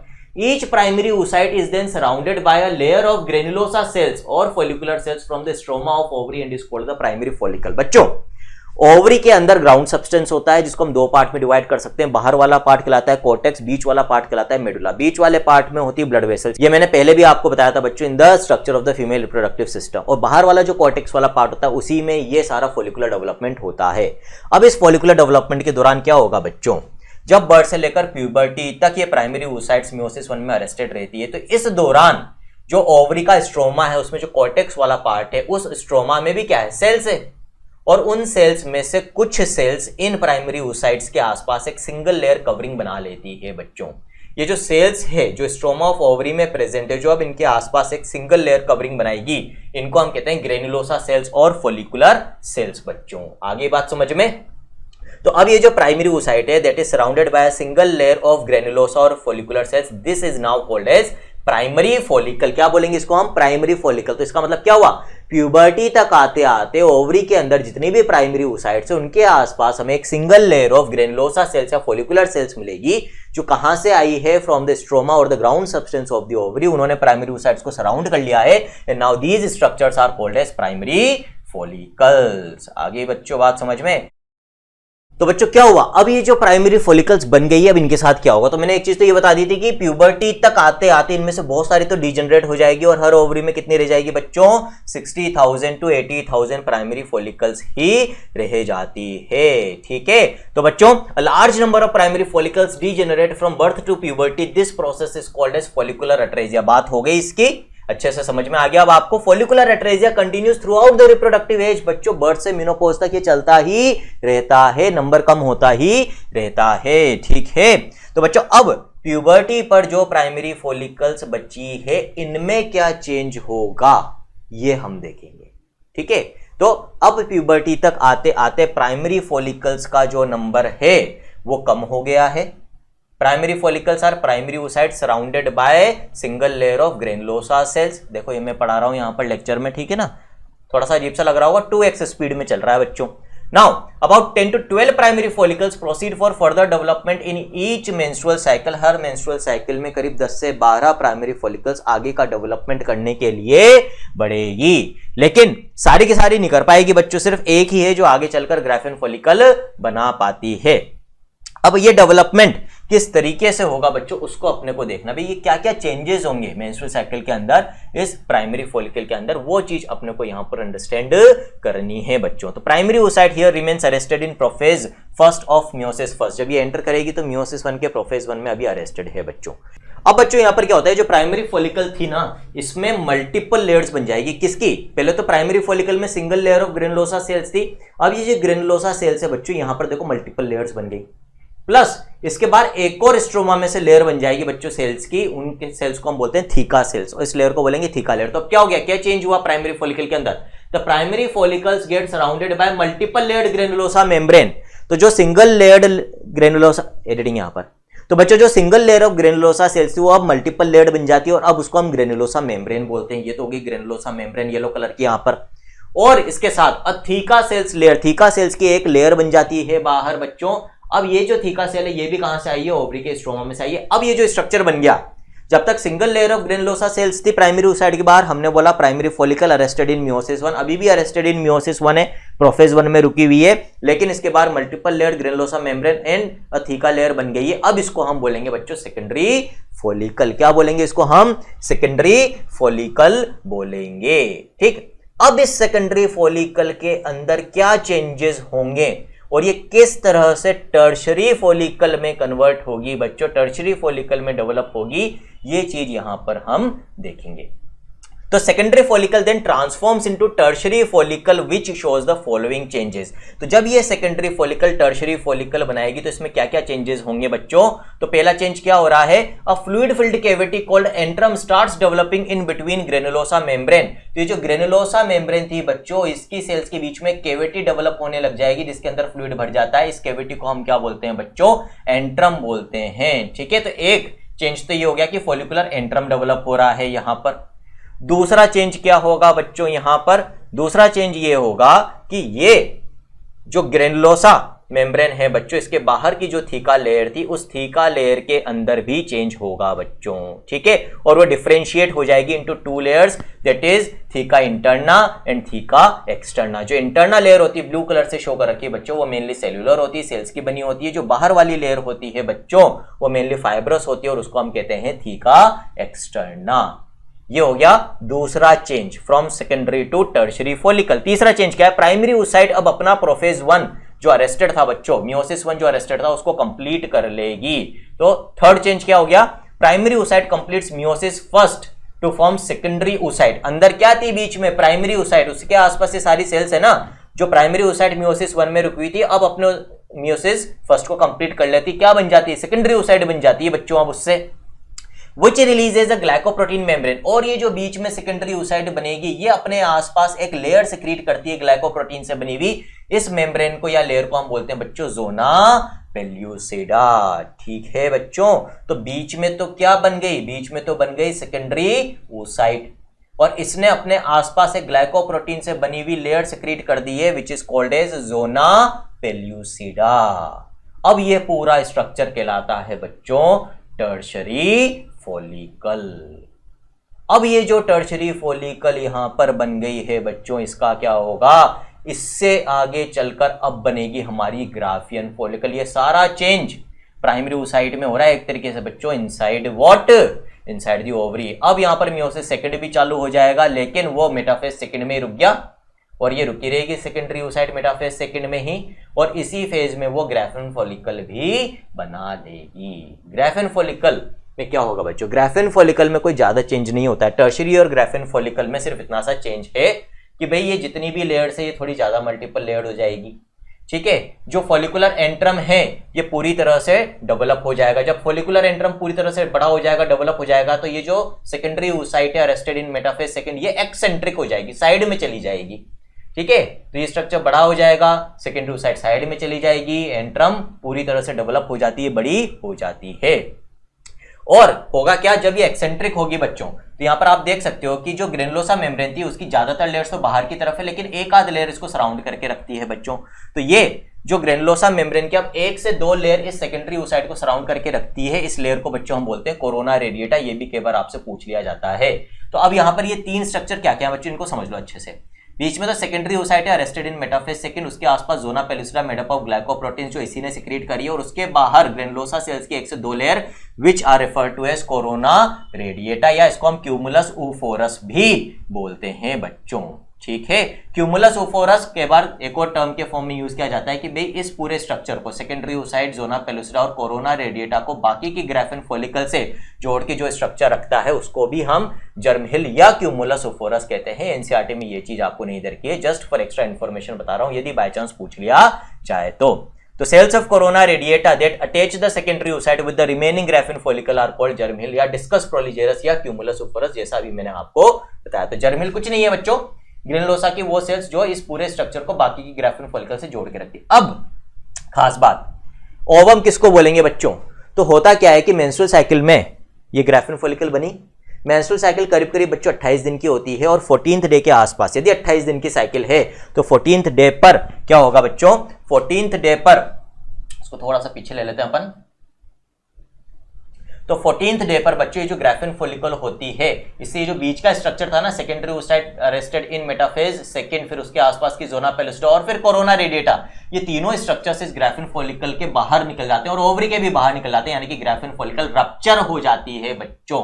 और ये जो तीनों स्ट्रक्चर्स हैं secondary oocyte arrested in metaphase second, zona pellucida और कोरोना रेडिएटा, ये तीनों मिलाकर क्या कहलाते हैं, ओवम कहलाते हैं, और इनका रिलीज फ्रॉम द ओवरी क्या कहलाता है, ओवुलेशन कहलाता है। तो दोनों सिंक हो गए अब, जो अपन ने oogenesis पढ़ा था और यहाँ पर डेवलपमेंट ऑफ ग्राफियन फॉलिकल जिसको हम पढ़ रहे हैं, दिस इज एक्चुअली व्हाट बच्चों, डेवलपमेंट ऑफ ग्राफियन फॉलिकल, और इससे क्या निकल गया है बाहर, ओवम निकल गया है बच्चों। ठीक है, अब इस ओवम का यदि स्पर्म के साथ फर्टिलाइजेशन होता है तो बच्चों ये जो सेकेंडरी ओसाइट है अरेस्टेड इन मेटाफेज सेकंड, ये अपना मियोसिस सेकंड कंप्लीट कर लेगी, नहीं तो नहीं करेगी। तो ओवम इज व्हाट बच्चों, ovum is secondary oocyte in metaphase second, zona pellucida and corona radiata. मेरे ख्याल से अब कोई डाउट नहीं रहा होगा। ये होती है बच्चों विजुअलाइजेशन की दुनिया। एक बार यदि किसी चीज को हम पिक्चर के फॉर्म में, एनिमेशन के फॉर्म में, विजुअलाइजेशन के फॉर्म में देख लें तो फिर ये पॉसिबल नहीं है कि समझ में नहीं आए, और ये भी पॉसिबल नहीं है कि वो हमें याद नहीं रहे। ठीक है बच्चों, अब ओवम निकल चुका है ओवरी के बाहर, यानी कि ओवुलेशन हो गया है। इसके आगे फिर क्या होगा बच्चों, अंदर जो ओवरी के अंदर रप्चर्ड ग्राफियन फॉलिकल रह गई, वो एक स्ट्रक्चर बनाती है कॉर्पस लूटियम, जो कुछ हार्मोन्स रिलीज करता है। ठीक है, और ये ऐसे हार्मोन्स होते हैं कि भाई यदि फर्टिलाइजेशन हो जाए तो भाई प्रेगनेंसी को पूरे 9 महीने सपोर्ट किया जा सके। ये येलो कलर्ड स्ट्रक्चर होता है, इसलिए इसको हम कॉर्पस लूटियम कहते हैं। इस कॉर्पस लूटियम से जो मेन हार्मोन निकलता है वो होता है प्रोजेस्टेरोन, जिसका काम होता है यूट्रस की इनर लेयर को थिक बनाना, ठीक है, और उसको मेंटेन करके रखना ताकि वो शेड ऑफ नहीं हो। ग्लैंडुलर एक्टिविटी बढ़ा देता है, थिकनेस को मेंटेन करके रखता है ताकि प्रेगनेंसी के दौरान जो एम्ब्रियो से अटैच होगा यूट्रस की इनर वॉल से, एंडोमेट्रियम से, उसको बराबर न्यूट्रिशन मिलता रहे, वो उसके साथ अटैच रहे, वो शेड ऑफ नहीं हो बच्चों। ठीक है, तो ये तो हो गई कॉर्पस ल्यूटियम की बात बच्चों। अब जो बाहर निकला हुआ ओवम है बच्चों, उसका क्या होता है वो भी देख लेंगे। उसके पहले ये चीज और यहां पर देख लेते हैं, अभी आगे काम आ जाएगी अपने। अभी अपन जब पढ़ेंगे बच्चों मेंस्ट्रुअल साइकिल तो वहां पर देखेंगे कि यदि फर्टिलाइजेशन नहीं होता है तो भाई फिर जो थिकन्ड एंडोमेट्रियम उसकी जरूरत नहीं है, तो फिर क्या होगी, वो शेड ऑफ हो जाएगी। वो कैसे शेड ऑफ होगी बच्चों, ये कॉर्पस ल्यूटियम 28वें दिन तक आते आते, मेंस्ट्रुअल साइकिल के 28वें दिन तक आते आते डीजनरेट हो जाता है in the form of white colour structure, जिसको हम कहते हैं कॉर्पस एल्बिकेंस। और जब ये खुद डीजनरेट हो जाएगा तो प्रोजेस्टेरोन हार्मोन का लेवल गिर जाएगा, और जो एंडोमेट्रियम थी ना थिक यूट्रस की टू सपोर्ट प्रेगनेंसी, अब प्रेगनेंसी तो इंड्यूस हुई नहीं, फर्टिलाइजेशन हुआ ही नहीं है, अगली मेंस्ट्रुअल साइकिल चालू होगी अभी, तो उसमें देखेंगे प्रोबेबिलिटी होगी तो फर्टिलाइजेशन की, तो फिर क्या होगा बच्चों, यहाँ पर कॉर्पस एल्बिकेंस बनता है और एंडोमेट्रियम शेड ऑफ हो जाती है, एक मेंस्ट्रुअल साइकिल कंप्लीट हो जाती है। तो कॉर्पस ल्यूटियम हो गया यहाँ पर बच्चों डीजेनरेट। ठीक है, और बच्चों ये जो रिलीज्ड ओवम है इसका क्या होगा, यदि फर्टिलाइजेशन होगा तो ये अपना मियोसिस सेकंड कंप्लीट करेगा, एक मैच्योर ओवम बना लेगा। ठीक है, और तब तक क्या होगा, स्पर्म भी फ्यूज हो चुका होगा तो एक सिंगल सेल जाइगोट बन जाएगा बच्चों। लेकिन यदि मियोसिस सेकंड कंप्लीट नहीं होता है, कब नहीं होगा, जब फर्टिलाइजेशन नहीं होगा, तो बच्चों ये विदिन 24 आवर्स डीजेनरेट हो जाता है।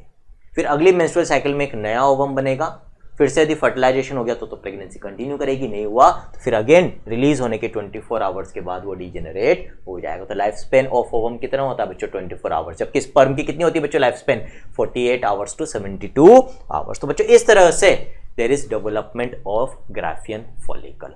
आया मजा? ठीक है, अब बच्चों एक बार देख लेते हैं कि भाई हमारी एनसीईआरटी क्या बोलती है इसके अंदर। तो कहां गया भाई, ये रहा, a large number of these follicles degenerate during the phase from birth to puberty, therefore at puberty only 60,000 to 80,000 primary follicles are left in each ovary। बात कर ली, the primary follicles get surrounded by more layers of granulosa cells underneath theca and are called now secondary follicle। ये stage मैंने आपको बता दिया कि जब primary follicle के अराउंड ग्रेनुलोसा मल्टीपल लेयर की बन जाती है और एक थीका लेयर भी बन जाती है तो उसको सेकेंडरी फॉलिकल बोलते हैं। फिर the secondary follicle soon transforms into a tertiary follicle, जिसमें क्या क्या चेंज होंगे, एक तो एंट्रम बन जाएगी, fluid filled cavity, the theca layer differentiate हो जाएगी into theca interna and theca externa. और बच्चों it is important to draw your attention, क्या बोल रही है NCERT, that it is at this stage that the primary oocyte within the tertiary follicle grows in size and completes its first meiotic division। NCERT ने साफ साफ लिख रखा है कि जो फर्स्ट मियोटिक डिवीजन है वो कब कंप्लीट होगा, टर्शियरी फॉलिकल वाले स्टेज में कंप्लीट होगा बच्चों। तो कई जगह कंफ्यूजन होता है कि किताबों में कुछ और दे रखा है जो हो सकता है सही हो, ठीक है, मैं भी मानता हूं कि वो सही है, लेकिन एनटीए एनसीईआरटी को रेफरेंस मानेगा बच्चों, तो अपने को तो जो एनसीईआरटी ने लिख रखा है वो मान लेना है। क्या लिख रखा है कि भाई टर्शियरी फॉलिकल वाले स्टेज में कंप्लीट होगा फर्स्ट मियोसिस, तो वही मानना है। It is an unequal division resulting in the formation of a large haploid secondary oocyte and a tiny first polar body. कई बार बच्चों क्या होता है कि अपने को पता होता है कि शायद कोई चीज गलत है, लेकिन अपने को 4 नंबर चाहिए और 4 नंबर पता है कि भाई जो एनसीईआरटी ने लिख रखा है वो मानने से होगा, तो फिर ठीक है मान लेना चाहिए। ठीक, secondary oocyte retains bulk of the nutrient rich cytoplasm of the primary oocyte। सारा साइटोप्लाज्म सेकेंडरी oocyte के अंदर आ जाता है बच्चों, ठीक है। Does the first polar body born out of meiotic division divide further or degenerate? मैंने कहा था ना क्वेश्चन मार्क लगा रखा है, तो आपको क्या याद रखना है कि डीजेनरेट हो जाती है। At present we are not very certain about this। The tertiary follicle further changes into the mature follicle or Graafian follicle। फिर क्या करेगी बच्चों, जो सेकेंडरी oocyte है मियोसिस 1 कंप्लीट हो चुका है क्योंकि वो अपने आसपास ग्लाइकोप्रोटीन की एक लेयर बनाती है, बता दिया जोना पेलुसिडा। फिर बच्चों जोना पेलुसिडा सराउंड करती है इसको, the Graafian follicle now rupture होती है। कोरोना डेटा मैंने आपको बता दिया, एनसीईआरटी ने नहीं बता रखा बच्चों। फिर इससे रिलीज होती है फ्रॉम द ओवरी, इस प्रोसेस को हम कहते हैं ओव्यूलेशन। क्लियर है बच्चों, यहाँ पर ये सारा आपको बता रखा है बच्चों। ओवरी के अंदर जो बीच वाला पार्ट है बच्चों, this is called as medulla. जो मेडुला वाला पार्ट होता है इसके अंदर ब्लड वेसल्स प्रेजेंट होती है बच्चों, बाहर वाले पार्ट को हम कॉर्टेक्स कहते हैं, उसी के अंदर ये सारा डेवलपमेंट चल रहा है बच्चों। पहले प्राइमरी फॉलिकल से सेकेंडरी बनती है, फिर टर्शियरी बनती है बच्चों, उसमें एंट्रम बन रहा है, फिर और बड़ा होगा antrum, the Graafian follicle eccentric होगी सेकेंडरी oocyte। फिर इससे रिलीज हो रहा है बच्चों ओवम, जिसमें 3 लेयर होती है, सेकेंडरी oocyte इन मेटाफेज सेकंड, फिर उसके आसपास जना पेलुसिडा और उसके आसपास कोरोना रेडिएटा। ये क्या हो रहा है बच्चों, कॉर्पस ल्यूटियम बन रहा है और लास्ट में कॉर्पस ल्यूटियम डीजेनरेट भी हो जाता है बच्चों यदि प्रेगनेंसी इंड्यूस नहीं होती, तो जिसको हम कहते हैं कॉर्पस एल्बिकेंस। तो इस डायग्राम की बात हो गई, ये ऑलरेडी अपन पूरा अंडरस्टैंड कर चुके हैं बच्चों, अपन ने खुद ने एक फ्लो चार्ट बना लिया है। अब स्टार्ट करेंगे बच्चों अपन what, a very important topic that is menstrual cycle. तो बच्चों what is menstrual cycle? Menstrual cycle is nothing but a reproductive cycle. Reproductive cycle किसके अंदर देखने को मिलती है? मेमल्स की फीमेल्स के अंदर देखने को मिलती है। कितने टाइप की हो सकती है? 2 टाइप की हो सकती है बच्चों। प्राइमेट फीमेल्स को यदि छोड़ दिया जाए तो बाकी की मेमल्स में ईस्ट्रस साइकिल देखने को मिलती है बच्चों। ठीक है, ईस्ट्रस साइकिल आपके सिलेबस में नहीं है तो उसकी डिटेल में जाने की जरूरत नहीं है बच्चों। मेंस्ट्रुअल साइकिल की बात कर लेते हैं। मेंस्ट्रुअल साइकिल कौन सी मेमल फीमेल्स में मिलेगी बच्चों? प्राइमेट फीमेल मेमल्स के अंदर मिलती है। उसमें भी एक एक्सेप्शन है बच्चों। कौन सा एक्सेप्शन है? New world monkeys. बच्चों प्राइमेट मेमल्स के अंदर कौन कौन आते हैं या प्राइमेट्स के अंदर कौन कौन आते हैं? एप्स आते हैं, मंकीज आते हैं और ह्यूमंस आते हैं, यानी कि हम आते हैं। ठीक है, सारे एप्स के अंदर, सारे ह्यूमंस के अंदर तो क्या मिलेगी बच्चों? फीमेल्स में मेंस्ट्रुअल साइकिल मिलेगी। लेकिन जो मंकीज है उनमें 2 टाइप के मंकीज हम पढ़ते हैं, इवोल्यूशन वाले चैप्टर में पढ़ेंगे वहां पर। ठीक है, कौन कौन से होते हैं? Old world monkeys, new world monkeys. इनमें से जो ओल्ड वर्ल्ड मंकीज हैं वो इवोल्यूशनरी हमारे ज्यादा क्लोज माने जाते हैं, उनमें तो होती है मेंस्ट्रुअल साइकिल। लेकिन जो न्यू वर्ल्ड मंकीज हैं बच्चों, उनमें ईस्ट्रस साइकिल देखने को मिलती है। तो बच्चों यदि इन जनरल स्टेटमेंट आता है कि भाई प्राइमेट फीमेल्स के अंदर कौन सी साइकिल मिलेगी, ईस्ट्रस या मेंस्ट्रुअल, तो हमें क्या आंसर करना है? मेंस्ट्रुअल। लेकिन यदि कोई स्पेसिफिक डिटेल में बिल्कुल आपको पिन पॉइंट ऑप्शन दे रखे हैं कि भाई प्राइमेट फीमेल्स में भी क्या सारी प्राइमेट फीमेल्स में मेंस्ट्रुअल साइकिल मिलती है, तो फिर वहां पर आंसर बिल गो नो, नहीं मिलती। कुछ में ईस्ट्रस भी मिलेगी, किसमें? न्यू वर्ल्ड मंकीज की फीमेल्स के अंदर बच्चों। ठीक है, होता क्या है रिप्रोडक्टिव साइकिल में? साइक्लिकल चेंजेस हो रहे हैं बच्चों। साइकिल का मतलब क्या है? कोई ऐसा प्रोसेस जिसमें जहां से चालू कर रहे हैं वहीं वापस पहुंच रहे हैं अपन घूमकर। ठीक है, तो यहां पर भी साइक्लिकल चेंजेस होते हैं 2 जगह पर, एक तो uterus of the female and एक ओवरी ऑफ द फीमेल। हर महीने होता है ह्यूमंस के अंदर करीब करीब 28 to 30 डेज की एक मेंस्ट्रुअल साइकिल होती है बच्चों ह्यूमन फीमेल्स के अंदर, यानी कि हर महीने ये मेंस्ट्रुअल साइकिल अपने आप को रिपीट करती है। हर मेंस्ट्रुअल साइकिल में कुछ चेंजेस यूट्रस के अंदर होते हैं, जहां से चालू होते हैं वहीं पर वापस at the end of menstrual cycle same condition वापस आ जाती है, फिर से अगली मेंस्ट्रुअल साइकिल चालू होगी। इसी तरह से ओवरी के अंदर जो चेंज होगा एक मेंस्ट्रुअल साइकिल में, मेंस्ट्रुअल साइकिल एंड होते होते वो वापस से इनिशियल कंडीशन में आ जाएगा और फिर वापस से एक नया चेंज चालू होगा in the next menstrual cycle. ठीक, so the reproductive cycle in the female primates, example monkeys, apes and human beings, is called menstrual cycle. The first menstruation begins at puberty, जिसको मेनार्की कहते हैं, ये मैंने already आज आपको बता दिया बच्चों। In human females, menstruation is repeated at an average interval of about 28 to 29 days की एक एवरेज menstrual cycle होती है बच्चों। वेरिएशंस देखने को मिल सकती है, 20 दिन की भी हो सकती है, 40 दिन की भी हो सकती है, कई बार नहीं भी आती, सारी चीजें हम डिस्कस करेंगे।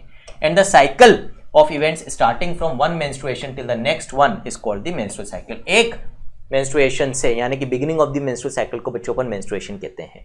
तो एक menstruation से अगले menstruation तक का जो पीरियड है वो एक menstrual cycle का पीरियड कहलाएगा, जो करीब 28 से 29 दिन का होता है। One ovum is released, यानी कि एक ओवुलेशन होता है बच्चों during the middle of the menstrual cycle। तो बच्चों हर menstrual cycle के बीच में एक ओवुलेशन होता है, यानी कि एक ओवम का रिलीज होता है। एग्जैक्टली मिडिल में हो ये जरूरी नहीं, ये भी कब होता है, एग्जैक्टली कब होगा ये अभी अपन देख लेंगे बच्चों। ठीक है, अब ये जो पूरी मेंस्ट्रुअल साइकिल है बच्चों, इसको हमें कुछ नहीं करना, एनसीईआरटी ने जो डायग्राम दे रखा है बस इससे समझ लेना है। इससे आपने इसको समझ लिया बच्चों तो फिर कोई दिक्कत नहीं आएगी, इस डायग्राम को बस अच्छे से समझ लो। ठीक है, इस डायग्राम के अंदर वो सारी चीजें एनसीईआरटी ने बता रखी है, अच्छा डायग्राम दे रखा है एनसीईआरटी ने, जो मेंस्ट्रुअल साइकिल को समझने के लिए जरूरी होती है। अब बच्चों इस डायग्राम को ध्यान से देखो, यहां पर आपको एक टाइमलाइन दे रखी है जो कहां से चालू हो रही है बच्चों, फ्रॉम डे 1, यानी फ्रॉम द इनिशिएशन और the beginning of the menstrual cycle. कहां खत्म हो रही है? करीब 29th डे पर खत्म हो रही है बच्चों, और यहीं से from first day of second menstrual cycle चालू भी हो रहा है। तो हमें ये देखना है कि भाई पहले दिन से 29वें दिन तक क्या क्या चेंजेस होते हैं, कैसे चालू होगी बच्चों, ये मेंस्ट्रुअल साइकिल चालू क्यों होती है। तो इसका रीजन ऑलरेडी मैं स्पर्मेटोजेनेसिस में आपको बता चुका हूं बच्चों। मेल्स में ऐसा क्यों था कि भाई प्यूबर्टी पर ही स्पर्मेटोजेनेसिस चालू हुआ था, बताया था ना, क्योंकि प्यूबर्टी पर हाइपोथैलेमस से जीएनआरएच का पल्सेटाइल इंक्रीज बढ़ जाता है, रिलीज बढ़ जाता है बच्चों, पल्सेटाइल रिलीज होने लग जाता है, जिस कारण से गोनेडोट्रोफिन्स का लेवल बढ़ता है, जिस कारण से स्पर्मेटोजेनेसिस चालू होता है। क्यों? क्योंकि एलएच लेडिक सेल से टेस्टोस्टेरोन निकलवाता है, एफएसएच सर्टोली सेल्स पे एक्ट करके स्पर्मियोजेनेसिस को प्रमोट करने के लिए कुछ फैक्टर्स निकलवाता है। उसी तरह से फीमेल्स में भी प्यूबर्टी के वक्त जीएनआरएच का रिलीज बढ़ेगा फ्रॉम दी हाइपोथैलेमस, जिसकी वजह से एंटीरियर पिट्यूटरी से जो गोनेडोट्रोफिन्स होते हैं बच्चों, कौन कौन से, एक तो एलएच और एक एफएसएच, इनका लेवल बढ़ता है बच्चों, और हर मेंस्ट्रुअल साइकिल की शुरुआत में इनका लेवल बढ़ना चालू होगा, जिसकी वजह से मेंस्ट्रुअल साइकिल चालू होती है बच्चों। ठीक है, अब जब मेंस्ट्रुअल साइकिल चालू होती है बच्चों, तो अब आपको याद क्या रखना है, हम ये मान के चल रहे हैं कि जिस फीमेल की मेंस्ट्रुअल साइकिल हम स्टडी कर रहे हैं उसमें पहले से मेंस्ट्रुअल साइकिल्स चालू हो चुकी है। तो जिस मेंस्ट्रुअल साइकिल को हम स्टडी कर रहे हैं इसके पहले भी एक मेंस्ट्रुअल साइकिल हुई होगी, और हर मेंस्ट्रुअल साइकिल में क्या होता है, अभी थोड़ी देर पहले मैंने आपको बताया था कि यूट्रस के अंदर जो एंडोमेट्रियम इनर मोस्ट लेयर होती है वो काफी थिक हो जाती है बच्चों। क्यों होती है थिक? कि यदि जो ओवम रिलीज हुआ है ओवुलेशन में वो फर्टिलाइज कर जाए स्पर्म के साथ, जाइगोट बन जाए, तो उस जाइगोट को अटैच करके पूरे 9 महीने तक न्यूट्रिशन प्रोवाइड कर सके वो endometrium through the placenta from the mother's blood. उसके लिए जरूरी है कि वो एंडोमेट्रियम थिक रहे, तभी उसके साथ बेबी पूरे 9 महीने तक अटैच रह सकता है। तो वो एंडोमेट्रियम काफी थिक हो जाती है बच्चों मेंस्ट्रुअल साइकिल के एंड तक आते आते। लेकिन होता क्या है बच्चों, मान लो ये पिछली वाली मेंस्ट्रुअल साइकिल है, तो आप देख सकते हो बच्चों यहां पर ये जो आपको डायग्राम दे रखा है, यहां पर ये पिक्चर किसकी दे रखी है, ये थिकनेस किसकी दे रखी है बच्चों, endometrium inner most layer of the uterus. तो आप देखोगे मेंस्ट्रुअल साइकिल की शुरुआत में ये थिन है, फिर मोटी होती जा रही और एंडोमेट्रियम काफी थिक हो गई है at the end of the menstrual cycle. लेकिन इस फीमेल में प्रेगनेंसी इंड्यूस नहीं हुई, फर्टिलाइजेशन नहीं हुआ, तो क्या होगा बच्चों, ये जो आखिरी वाली मेंस्ट्रुअल साइकिल है इसके एंड तक आते आते होगा क्या, ये जो एंडोमेट्रियम है ये थिक बनी रहे, इसके लिए कौन सा हार्मोन रेस्पॉन्सिबल होता है, प्रोजेस्टेरोन। लेकिन यहां पर आप देखोगे बच्चों कि मेंस्ट्रुअल साइकिल के बीच वाले पार्ट में थोड़ा सा, या कि जस्ट मिडिल के बाद का जो पार्ट है इसमें प्रोजेस्टेरोन हाई लेवल्स पे है, ठीक। लेकिन जब मेंस्ट्रुअल साइकिल का एंड आ रहा है, 29वां दिन आ रहा है, तो यहां पर ये काफी लो लेवल पे आ गया है। और जैसे ही ये प्रोजेस्टेरोन अपने लो लेवल पे आएगा, ये जो एंडोमेट्रियम मोटी हो गई थी अब ये मोटी नहीं रह पाएगी, ये शेड ऑफ हो जाएगी, ठीक है, वॉल से अलग हट जाएगी बच्चों, ब्रेक होकर वजाइना के थ्रू बाहर आ जाएगी। और जब ये रप्चर होगी फ्रॉम दी वॉल तो इसके साथ ब्लड वेसल्स भी रप्चर होगी, ब्लीडिंग भी होगी। तो blood and pieces of endometrium mix होकर वजाइना के थ्रू बाहर आते हैं। और ये जो ब्लीडिंग होती है बच्चों, ये कब होगी, अब ये तो एंड हो गया पिछली मेंस्ट्रुअल साइकिल का, जैसे प्रोजेस्टेरोन कम हुआ पिछली साइकिल के एंड में एंडोमेट्रियम ब्रेक हुई, ब्लीडिंग हुई, नेक्स्ट मेंस्ट्रुअल साइकिल चालू हो गई। तो अगली मेंस्ट्रुअल साइकिल जो अब हम पढ़ रहे हैं इसकी शुरुआत में हमें क्या देखने को मिलेगा, फर्स्ट डे किस चीज को इंडिकेट करेगा कि भाई एंडोमेट्रियम ब्रेक हो रही है, जिसके साथ ब्लड भी बाहर निकलेगा। तो ये जो ब्लीडिंग होएगी mixed with the pieces of endometrium, this represents the beginning of the menstrual cycle, the first phase of the menstrual cycle, जिसको हम कहते हैं मेंस्ट्रुएशन और मेंस्ट्रुअल फेज और ब्लीडिंग फेज बच्चों। और पहले 1 से 5 दिन तक ये फेज चलता है बच्चों, इस दौरान ब्लीडिंग हो सकती है, ठीक। रोजाना करीब 20 से 30 ml ब्लड का लॉस होता है, एक साइकिल में करीब 80 ml ब्लड लॉस हो सकता है इन 4 से 5 दिन में। यदि 100 ml से ज्यादा ब्लड लॉस हो जाए तो उसको अबनॉर्मल माना जाता है। और मेनोरेजिया MENORRHAGIA कंडीशन उसको बोला जाता है बच्चों, ठीक है, वो अबनॉर्मल कंडीशन मानी जाएगी। तो फर्स्ट फेज क्या हो गया मेंस्ट्रुअल साइकिल का, फेज ऑफ मेंस्ट्रुएशन और मेंस्ट्रुअल फेज, जिसमें क्या हो रहा है, एंडोमेट्रियम ब्रेक हो रही है, शेड ऑफ हो रही है, वजाइना से बाहर आ रही है, मिक्स्ड विद ब्लड, ब्लीडिंग हो रही है। क्यों हो रही है, क्योंकि पिछली साइकिल के एंड में प्रोजेस्टेरोन का लेवल नीचे चला गया, जिसकी वजह से एंडोमेट्रियम शेड ऑफ हो गई, अपनी थिकनेस को मेंटेन नहीं रख पाई। तो यहां पर आपको प्रोजेस्टेरोन का एक फंक्शन मैंने बता दिया कि प्रोजेस्टेरोन एंडोमेट्रियम की थिकनेस को मेंटेन करके रखता है। तो यदि प्रोजेस्टेरोन थिकनेस को मेंटेन कर रहा है तो प्रेगनेंसी को कंटिन्यू रखने के लिए जरूरी है। इसका मतलब यदि कभी आपसे कोई क्वेश्चन पूछ ले कि भाई पूरी प्रेगनेंसी के दौरान प्रोजेस्टेरोन का लेवल ज्यादा रहेगा या कम रहेगा, तो दिमाग की घंटी बज जानी चाहिए, दिमाग के घोड़े दौड़ने चाहिए, अपने प्रेजेंस ऑफ माइंड को यूज करना है। वहां पर पूरी प्रेगनेंसी में प्रोजेस्टेरोन लेवल बच्चों ज्यादा रहता है, तभी तो प्रेगनेंसी कंटिन्यू रख पाएगी। क्यों, क्योंकि उसके लिए थिक एंडोमेट्रियम चाहिए। तो हो गया पहला फेज 5वें दिन तक। अब बच्चों इस प्रेजेंट वाली मेंस्ट्रुअल साइकिल में फिर से एंडोमेट्रियम को प्रिपेयर किया जाएगा कि भाई क्या पता इस वाली मेंस्ट्रुअल साइकिल में जब ओवम रिलीज हो, ओवुलेशन हो, तो हो सकता है कि इस बार फर्टिलाइजेशन हो जाए। और फर्टिलाइजेशन हो गया तो फिर थिक एंडोमेट्रियम की जरूरत पड़ेगी प्रेगनेंसी को सपोर्ट करने के लिए। तो भाई फिर से बनाना चालू होगा। कैसे बनाना चालू होगा, तो मैंने आपको क्या बताया बच्चों कि प्यूबर्टी के वक्त FSH और LH का लेवल बढ़ जाएगा because of increase in GnRH from the hypothalamus, जो एंटीरियर पिट्यूटरी से इनका रिलीज बढ़ाते हैं बच्चों। और ये हार्मोन्स जब बढ़ेंगे बच्चों तो इनमें से जो FSH हार्मोन है वो किसके ऊपर एक्ट करता है बच्चों, ऑन द डेवलपिंग फॉलिकल। किस पर एक्ट करेगा, डेवलपिंग फॉलिकल पे। अभी अपन ने देखा था डेवलपमेंट ऑफ ग्राफिन फॉलिकल, वहां पर मैंने बोला था कि हर मेंस्ट्रुअल साइकिल में 10 से 12 प्राइमरी फॉलिकल्स एंटर करती है जो ग्राफिन फॉलिकल बनाने की कोशिश करती है, उनमें से एक बना पाती है। तो वो एक यहां पर अपन देख रहे हैं। तो जैसे ही कोई प्राइमरी फॉलिकल मेंस्ट्रुअल साइकिल में फर्दर चेंजेस चालू करेगी, वो चेंजेस चालू करेगी कैसे, because of the action of FSH। FSH का नाम ही क्या है, फॉलिकल स्टिमुलेटिंग हार्मोन। तो ये क्या करता है बच्चों, beginning of the menstrual cycle में जैसे FSH बढ़ता है ये करीब 10 से 12 फॉलिकल्स को स्टिमुलेट कर देता है, एक्टिवेट कर देता है फॉलिकल स्टिमुलेटिंग हार्मोन कि भाई अब आप आगे डेवलपमेंट करो। डेवलपमेंट कैसे होता है, प्राइमरी फॉलिकल से सेकेंडरी फॉलिकल बनती है और वो अपना मियोसिस 1 कंप्लीट करके क्या बनाती है, टर्शियरी फॉलिकल बनाती है, जिसमें एक एंट्रम बनता है, फिर ग्राफिन फॉलिकल बनता है, और फिर बच्चों 14th डे के आसपास, यदि 28 दिन की साइकिल है तो 14th डे पर उससे एक ओवम रिलीज होता है। ये किसकी वजह से हो रहा है, एफएसएच की वजह से हो रहा है। अब बच्चों यहां पर आपको क्या चीज ध्यान रखनी है, जब ये एफएसएच इस प्राइमरी फॉलिकल के ऊपर एक्ट करता है और इसको सेकेंडरी टर्शियरी ग्राफिन इन चेंजेस के थ्रू प्रोसीड करता है, तो वो जो ग्रेनुलोसा मेम्ब्रेन अभी अपने पढ़ी थी ना ग्राफिन फॉलिकल के अंदर, वो कौन सा हार्मोन रिलीज करती है बच्चों, ईस्ट्रोजन हार्मोन रिलीज करती है। ठीक है, तो क्या होगा बच्चों, जब फर्स्ट फेज कंप्लीट हो गया, दूसरा फेज चालू होगा, इसको हम कहते हैं फॉलिकुलर फेज है, क्योंकि फॉलिकुलर डेवलपमेंट हो रहा है बच्चों। इस फॉलिकुलर फेज के दौरान क्या होगा, जो ओवरी है उसमें फॉलिकुलर डेवलपमेंट होगा, ये तो ओवरी के अंदर चेंज देखा हमने। इस फॉलिकुलर डेवलपमेंट की वजह से इसकी ग्रेनुलोसा लेयर से ईस्ट्रोजन हार्मोन निकलेगा। ये ईस्ट्रोजन हार्मोन अब क्या करेगा बच्चों, ये जो एंडोमेट्रियम है यूट्रस की, इसकी ग्रोथ को प्रमोट करेगा, प्रोलिफरेशन प्रमोट करेगा इसका, इसीलिए इस फेज को हम प्रोलिफरेटिव फेज भी कहते हैं, second phase of the menstrual cycle.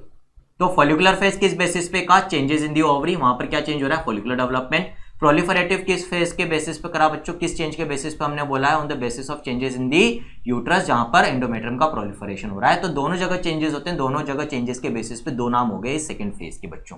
तो सेकंड फेज में क्या होगा, एफएसएच का लेवल बढ़ना चालू होगा, एलएच का लेवल बढ़ना चालू होगा, एफएसएच ईस्ट्रोजन का रिलीज बढ़ाएगा फ्रॉम द फॉलिकल्स, वो एंडोमेट्रियम का प्रोलिफरेशन करेगी। अभी प्रोजेस्टेरोन का बच्चों कोई सोर्स नहीं है, तो प्रोजेस्टेरोन का लेवल कम ही रहेगा।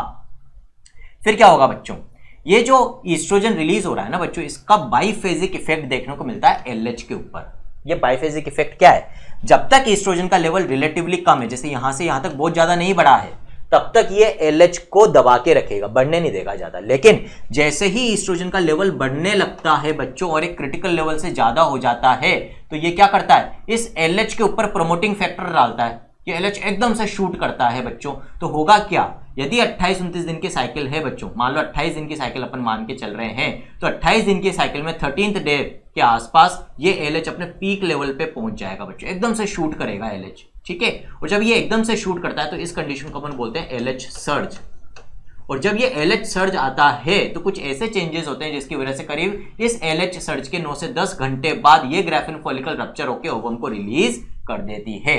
तो मेंस्ट्रुएशन वाले फेज में तो शेडिंग अप ऑफ एंडोमेट्रियम हुई, सेकेंड फेज फॉलिकुलर फेज या प्रोलिफरेटिव फेज में एफएसएच का लेवल बढ़ा, जिसकी वजह से फॉलिकल से ईस्ट्रोजन का रिलीज बढ़ा फ्रॉम द ग्रेनुलोसा मेम्ब्रेन। उस ईस्ट्रोजन ने एंडोमेट्रियम का प्रोलिफरेशन करा, और साथ ही साथ ईस्ट्रोजन का लेवल जब बढ़ता है तो बच्चों ये एलएच को भी शूट अप कर देती है, एलएच का लेवल एकदम से बहुत ज्यादा बढ़ जाता है, जिसको हम एलएच सर्ज कहते हैं। 13th डे के आसपास एलएच अपने पीक लेवल पे मिलेगा, एफएसएच आपको पीक लेवल पे मिलेगा, और जो ईस्ट्रोजन है वो भी अपने पीक लेवल पे मिलेगा। इसके 9 घंटे से 10 घंटे बाद ओवम रिलीज होगा, जिसको हम कहेंगे phase of ovulation, third phase, सबसे छोटा फेज माना जाता है बच्चों। फिर क्या होगा बच्चों, ओवम रिलीज हो गया, अब अंदर जो रप्चर्ड ग्राफिन फॉलिकल बन गई, उससे क्या बनेगा, वो डेवलप होती है कॉर्पस ल्यूटियम में, जो क्या रिलीज करता है बच्चों, प्रोजेस्टेरोन। तो अब क्या होगा कि आफ्टर ओवुलेशन 14th डे के बाद जो ग्राफियन फॉलिकल रप्चर हुई थी वो धीरे धीरे कॉर्पस ल्यूटियम बनाएगी। करीब 21 से 23वें दिन के बीच के ड्यूरेशन के दौरान ये जो कॉर्पस ल्यूटियम है पूरी तरह से डेवलप हो जाता है। इससे कौन सा हार्मोन निकल रहा है बच्चों, प्रोजेस्टेरोन निकल रहा है। कुछ और हार्मोन इससे निकलते हैं, लो लेवल में ईस्ट्रोजन भी निकलता है, रिलैक्सिन भी निकलता है, इनिबिन भी निकलता है बच्चों, तो लेकिन सबसे ज्यादा प्रोजेस्टेरोन निकलता है बच्चों। तो क्या होगा, in the post ovulatory phase, after ovulation progesterone का लेवल बढ़ना चालू होगा। जब 21 से 23वें दिन के आसपास ये कॉर्पस ल्यूटियम पूरी तरह से मैच्योर हो जाएगा, उस समय प्रोजेस्टेरोन का पीक लेवल होगा। ये प्रोजेस्टेरोन क्या करता है बच्चों, ये जो प्रोलिफरेटेड एंडोमेट्रियम है, इनके अंदर जो ग्लैंड्स है उनकी एक्टिविटी को बढ़ाता है, उनसे सिक्रीशंस बढ़ाता है। तो यूट्रस में क्या चेंज हो रहा है इस प्रोजेस्टेरोन की वजह से, सिक्रीशंस फ्रॉम द ग्लैंड्स बन रहे हैं, यूट्राइन ग्लैंड से सिक्रीशन बढ़ रहे हैं, इसलिए इसको सिक्रीटरी फेज कहते हैं। ओवरी में क्या चेंज चल रहा है, अभी कॉर्पस ल्यूटियम डेवलप हो रहा है, तो इस फेज को हम ल्यूटियल फेज भी कहते हैं, fourth phase of the menstrual cycle. अब बच्चों यदि ये जो रिलीज्ड ओवम है ये स्पर्म के साथ फर्टिलाइज करके जायगोट बना लेता है, तो फिर प्रेगनेंसी इंड्यूस हो जाएगी। 9 महीने तक अब ये जायगोट जो एम्ब्रियो में आगे डेवलप होगा, यूट्रस की वॉल एंडोमेट्रियम से जुड़ा रहेगा, जिसकी वजह से ये थिक एंडोमेट्रियम बनी रहनी जरूरी है, जिसके लिए ये प्रोजेस्टेरोन का पीक लेवल जरूरी है। तो ये कॉर्पस ल्यूटियम अब डीजनरेट नहीं होगा, यदि फर्टिलाइजेशन हो गया है तो ये पूरे 9 महीने बना रहता है बच्चों, ऑलमोस्ट प्रेगनेंसी के एंड तक रहता है। यदि डीजनरेट होता है तो लास्ट में होता है। वहां पर क्यों फर्क नहीं पड़ता बच्चों? क्यों? क्योंकि अपन देखेंगे कि जो प्लेसेंटा बनता है आगे वो भी प्रोजेस्टेरोन रिलीज करता है। तो एक बार यदि प्लेसेंटा बन जाए तो फिर हमें इसकी जरूरत नहीं है प्रोजेस्टेरोन के लिए। प्लेसेंटा करीब 3-4 महीने की जो प्रेगनेंसी हो जाती है तब तक पूरी तरह से बन जाता है। तो लेकिन कम से कम तब तक तो हमें कॉर्पस लूटियम चाहिए ही चाहिए। तो फिर ये डीजेनरेट नहीं होगा एल्बिकेन्स के अंदर। लेकिन यदि फर्टिलाइजेशन नहीं हुआ तो फिर हमें इस थिक एंडोमेट्रियम की जरूरत नहीं है। अगली मेंस्ट्रुअल साइकिल चाहिए ताकि फिर से एक ओवम रिलीज हो, ताकि फिर से फर्टिलाइजेशन का चांस बढ़े बच्चों। तो फिर उस केस में क्या होगा? 28वें दिन तक आते आते ही डीजेनरेट हो जाता है in the form of a white coloured structure जिसको हम कहते हैं कॉर्पस एल्बिकेन्स। क्या बोलते हैं बच्चों? कॉर्पस एल्बिकेन्स। जैसे ये डीजेनरेट होगा प्रोजेस्टेरोन का लेवल फिर से नीचे आ जाएगा और जो थिक एंडोमेट्रियम थी वो शेड ऑफ हो जाएगी, ब्लड के साथ मिक्स होकर वापस से वजाना के बाहर निकलेगी, यानी कि एक नई मेंस्ट्रुअल साइकिल चालू हो जाएगी। आया समझ में बच्चों? तो ये जो हार्मोनल चेंजेस हो रहे हैं ड्यूरिंग मेंस्ट्रुअल साइकिल ये सबसे ज्यादा इंपॉर्टेंट है। इनको यदि अपन ने समझ लिया तो फिर कोई दिक्कत नहीं है। अब ये डीजेनरेट होता कैसे है बच्चों, तो इसको भी समझ लो। देखो, आफ्टर ओवुलेशन जो रप्चर्ड ग्राफिन फॉलिकल थी इससे क्या बना? कॉर्पस लूटियम बना। इसको बनाने के लिए रेस्पॉन्सिबल कौन है? ये जो चेंज हो रहा है ना from ruptured Graafian follicle to corpus luteum, ये किस हार्मोन की वजह से हो रहा है बच्चों? ये हो रहा है बिकॉज ऑफ दिस LH। तो अपन ने देखा at the time of ovulation LH काफी ज्यादा है और LH का लेवल जब तक बढ़ा हुआ रहेगा ये प्रमोट करेगा इस रप्चर्ड ग्राफिन फॉलिकल को ल्यूटियम बनाने के लिए बच्चों। तो करीब यहां तक तो ये लेवल ठीक ठाक है जिसकी वजह से ये ल्यूटियम बन गया। फिर इस ल्यूटियम से कौन सा हार्मोन निकल रहा है? प्रोजेस्टेरोन निकल रहा है। जब ये ल्यूटियम 21 से 23वें दिन ऑफ मेंस्ट्रुअल साइकिल तक पूरी तरह बन जाता है तो प्रोजेस्टेरोन का पीक लेवल आ जाता है और यही प्रोजेस्टेरोन हार्मोन किस हार्मोन को इनहिबिट करता है बच्चों? नेगेटिव इफेक्ट शो करता है LH के ऊपर। अब यहां पर क्या हो रहा है कि जिस थाली में खा रहा है उसी में छेद कर रहा है। मतलब क्या हुआ इसका कि भाई इस कॉर्पस लूटियम को बनाने के लिए कौन सा हार्मोन पुश प्रोवाइड कर रहा था, फोर्स प्रोवाइड कर रहा था? LH ही तो रप्चर्ड ग्राफिन फॉलिकल से कॉर्पस लूटियम बनाता है, अभी मैंने आपको बताया। लेकिन फिर ये कॉर्पस लूटियम जब बड़ा बूढ़ा हो गया, फल गया अच्छे से, ठीक है, मैच्योर हो चुका है, प्रोजेस्टेरोन रिलीज कर रहा है अच्छे खासे लेवल से, तो बच्चों कर क्या रहा है? ये जो खुद प्रोजेस्टेरोन रिलीज कर रहा है ये LH को ही इनहिबिट कर रहा है, उसी हार्मोन को इनहिबिट कर रहा है जिसने इसको बनाया था, जिसकी वजह से ये जो पोस्ट ओवुलेटरी फेज है, ल्यूटियल फेज, इसमें क्या होगा? जब कॉर्पस लूटियम पूरा बन जाता है तो इस प्रोजेस्टेरोन के इनहिबिटरी इफेक्ट की वजह से LH का लेवल गिरने लग जाता है और जब ये LH का लेवल गिरेगा तो अब ये कॉर्पस लूटियम अपने आप को बना के नहीं रख पाएगा। क्यों? क्योंकि इसको मेंटेन करके रखने के लिए LH चाहिए हमें, यहाँ LH नहीं है। ठीक है, क्यों LH क्यों नहीं है? अब क्योंकि इसका खुद का प्रोजेस्टेरोन उसको इनहिबिट कर रहा है और जैसे ही LH गिरना चालू होगा इस प्रोजेस्टेरोन की वजह से ये डीजेनरेट होना चालू हो जाएगा और खुद डीजेनरेट होगा तो फिर प्रोजेस्टेरोन का लेवल गिरेगा और फिर प्रोजेस्टेरोन का लेवल गिरेगा तो एंडोमेट्रियम शेड ऑफ हो जाएगी। अब यहां पर फिर से दिमाग में घंटी बजनी चाहिए कि सर यदि कॉर्पस लूटियम बना तो आपने कहा प्रोजेस्टेरोन का लेवल बढ़ेगा और वो LH को कम कर देगा, LH कम होगा तो ये डीजेनरेट होना चाहिए।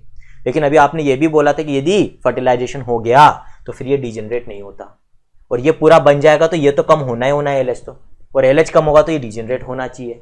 तो फिर कंडीशन क्या है? फर्टिलाइजेशन तो हो गया, कॉर्पस लूटियम पूरा बना हुआ है, प्रोजेस्टेरोन का लेवल ज्यादा है, ये डीजेनरेट नहीं हो रहा, लेकिन LH कम हो गया, LH कम हो गया तो डीजेनरेट होना चाहिए था, तो फिर ये डीजेनरेट क्यों नहीं हो रहा? ये क्वेश्चन आपके लिए छोड़ रहा हूं, जिनको पता है वो कमेंट सेक्शन में मेंशन करें कि भाई ऐसा कौन सा, इसका मतलब कोई और भी है जो चाहे तो इस कॉर्पस लूटियम को बना के रख सकता है, लेकिन जब तक फर्टिलाइजेशन नहीं होता तब तक वो इसको बना के नहीं रखता, फर्टिलाइजेशन होता है तो ही इसको मेंटेन करके रखता है, LH के फंक्शन को रिप्लेस कर देता है। वो कहता है कोई बात नहीं, LH को तेने मार दिया तो मार दिया, कोई बात नहीं, मैं हूं, मैं तेरे को बना के रखूंगा पूरी प्रेगनेंसी में। तो वो कौन सा हार्मोन है जो LH के अलावा है और कॉर्पस लूटियम को मेंटेन करके रख सकता है ड्यूरिंग प्रेगनेंसी? जिन जिन बच्चों को पता है वो कमेंट सेक्शन में मेंशन करें, जिनको नहीं पता उनको इसका आंसर नेक्स्ट लेक्चर के अंदर मिल जाएगा। तो नेक्स्ट लेक्चर जरूर ध्यान से स्टडी करें बच्चों, ठीक है? तो ये मैंने आपको बता दिया पूरा डायग्राम। अब एनसीईआरटी क्या कहती है एक बार पढ़ लेते हैं बच्चों। The major events of the menstrual cycle are shown in figure 3.9. The cycle starts with the menstrual phase, बता दिया बच्चों, when menstrual flow occurs and it lasts for 3 to 5 days। एक और चीज जो यहाँ पर याद रखनी है बच्चों कि ये जो menstrual bleeding होती है ना बच्चों, इस दौरान यहाँ पर menstrual phase के दौरान इसमें जो ब्लड निकलता है वो क्लॉट नहीं होता। क्यों नहीं होता बच्चों? क्योंकि जो यूट्रस के सिक्रीशंस हैं, जब ये एंडोमेट्रियम शेड ऑफ होएगी तो यूट्रस की कैविटी में आएगी, वहां पर यूट्रस की वॉल से सिक्रीशंस भी निकल रहे हैं, उनके साथ मिक्स हो जाएगा ये ब्लड, ये पीसेस ऑफ एंडोमेट्रियम और ये सारे सिक्रीशंस। इन सिक्रीशंस में क्या होते हैं? फिब्रिनोलाइसिन्स, ऐसे फैक्टर्स जो ब्लड क्लॉट नहीं बनने देते। इस कारण से आपको क्या याद रखना है कि जो मेंस्ट्रुअल ब्लड होता है वो क्लॉट नहीं होता। The menstrual flow results due to breakdown of endometrial lining of the uterus and its blood vessels, which forms liquid that comes out through the vagina, है ना? ये तो हो गया menstrual phase. Menstruation only occurs if the released ovum is not fertilized. Fertilization नहीं होगा तो ही menstruation होगा। यदि fertilization हो गया तो फिर ये menstrual cycle 9 महीने के लिए रुक जाती है, जिसको हम कहते हैं amenorrhoea, which is an indication कि हाँ की भी pregnancy induce हो गई है। लेकिन ये जो absence of menstrual cycle है, अमेनोरिया, जरूरी नहीं कि pregnancy में ही हो। यदि फीमेल बहुत ज्यादा बीमार है, बहुत ज्यादा वीक है, तो उस कंडीशन में भी ये अमेनोरिया हो सकता है बच्चों। लेक ऑफ मेंस्ट्रुएशन में भी इंडिकेटिव ऑफ प्रेगनेंसी, यानी कि अमेनोरिया से प्रेगनेंसी का इंडिकेशन मिलता है। However it may also be cause due to some other underlying causes, जैसा भी मैंने आपको बताया, बहुत ज्यादा स्ट्रेस हो, पुअर हेल्थ हो, बीमारी हो, तो भी हो सकता है कि मेंस्ट्रुअल साइकिल नहीं आए। The menstrual phase is followed by the follicular phase. Follicular phase किस बेसिस पे नाम रखा है? On the basis of changes in the ovary, वहां पे फॉलिकुलर डेवलपमेंट चालू हो जाता है, ग्राफिन फॉलिकल का डेवलपमेंट।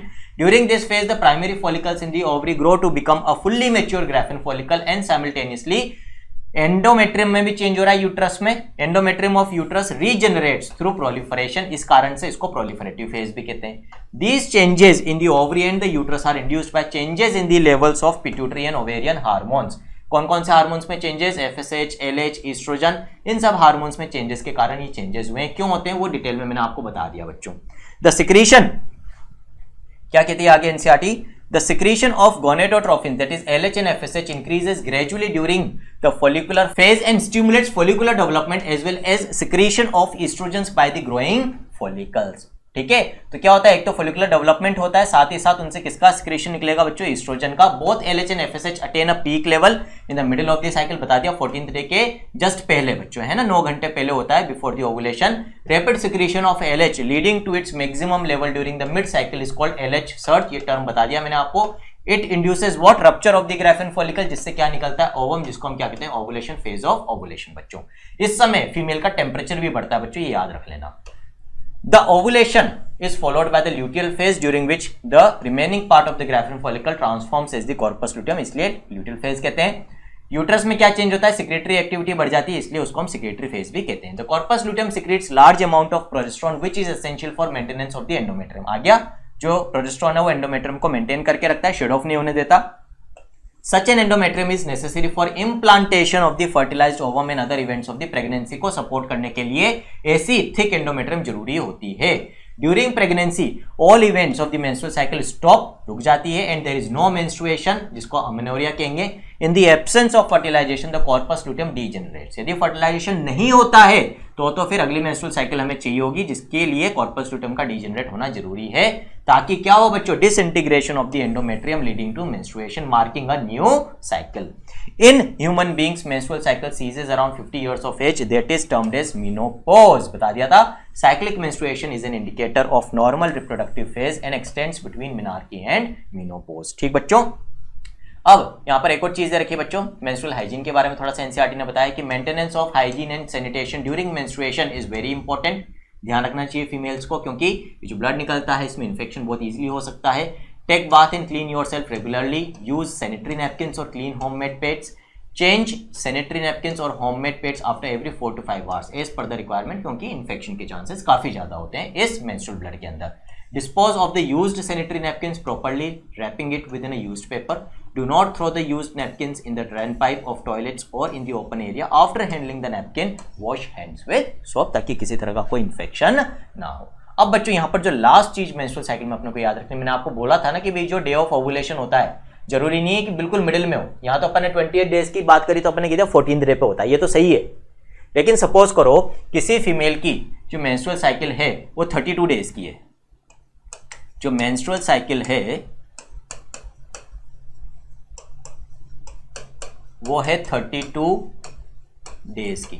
एक क्वेश्चन कर रहे हैं अपन, आपसे पूछा है day of ovulation, day of ovulation ये पूछा है आपसे, कैसे निकालोगे बच्चों? तो इसमें एक चीज ध्यान रखना, यदि फर्टिलाइजेशन नहीं हुआ है, हम ऐसे क्वेश्चन में मानेंगे फर्टिलाइजेशन नहीं हुआ है, तो आफ्टर ओवुलेशन अगली मेंस्ट्रुअल साइकिल जब चालू होगी, वो जो पोस्ट ओवुलेटरी फेज है जिसको अपन ने ल्यूटियल फेज भी बोला है, सेक्रेटरी फेज भी बोला है, जिसमें कॉर्पस लुटियम पहले बनता है फिर डिजेनरेट होता है। तो बच्चों ये जो रप्चर्ड ग्राफिन फॉलिकल से कॉर्पस लुटियम बनता है और यदि फर्टिलाइजेशन नहीं होता है तो फिर कॉर्पस एल्बिकेंस के फॉर्म में जो डिजेनरेट होता है, ये पूरा चेंज फिक्स 14 डेज में होगा ही होगा, फिक्स 14 डेज में होता है। इसका मतलब ओवुलेशन के बाद वाले फेज का ड्यूरेशन फिक्स है बच्चों 14 दिन। तो हम क्या कर सकते हैं, यदि हमें डे ऑफ ओवुलेशन निकालना है तो कुछ नहीं करना, जितनी दिन की मेंस्ट्रुअल साइकिल है हमें पता है उसके लास्ट के 14 दिन में ल्यूटियल फेज हुआ है, इसका मतलब लास्ट के 14 डेज पहले, लास्ट डे के फिक्स 14 डेज पहले क्या हुआ होगा, रिलीज ऑफ ओवम। तो डे ऑफ ओवुलेशन कैसे निकालोगे आप, यहां पर आंसर क्या होगा, day of ovulation, day of ovulation will be equal to what, number of days of menstrual cycle, total days of menstrual cycle minus 14 कर दो। यहां पर टोटल डेज कितने हैं, 32 माइनस 14 कर लो। इस साइकिल में 18th डे पर क्या होगा बच्चों, ओवुलेशन होगा, रिलीज ऑफ ओवम होगा। अब क्या ये मिडिल है, 32 का मिडिल ये थोड़ी होगा, 32 का मिडिल तो 16 होना चाहिए था, जबकि 18th डे पे हो रहा है। तो ये गलती करते हैं बच्चे। 35 डेज की साइकिल है तो फिर कब होगा ओवुलेशन, 35 माइनस 14 कर दो 21। आपको कह दिया कि भाई 24 दिन की मेंस्ट्रुअल साइकिल है तो फिर कब होगा ओवुलेशन, तो 24 माइनस 14 कर दो, 10th डे पे होगा। कितने भी दिन की मेंस्ट्रुअल साइकिल आपको दी जाए, आपको कुछ नहीं करना, टोटल में से 14 माइनस कर देना, डे ऑफ ओवुलेशन आ जाएगा। तो बच्चों आज का लेक्चर कंप्लीट होता है। डाउनलोडेड पीडीएफ कब मिलेगी, जब ये चैप्टर कंप्लीट हो जाएगा। लास्ट पार्ट बचा है बच्चों इसका, जो अपन देखेंगे कल। तब तक के लिए इसको अच्छे से पढ़ें। जहां दिक्कत हो एक पर जाकर आप एनिमेशंस देख सकते हो लेक्चर्स के अंदर, वहां पे बहुत सारी एनिमेशंस आपको मिलेगी। तो till then goodbye, take care, this is all for today from my friend, mentor and motivator doctor Anshuman, signing off, thank you.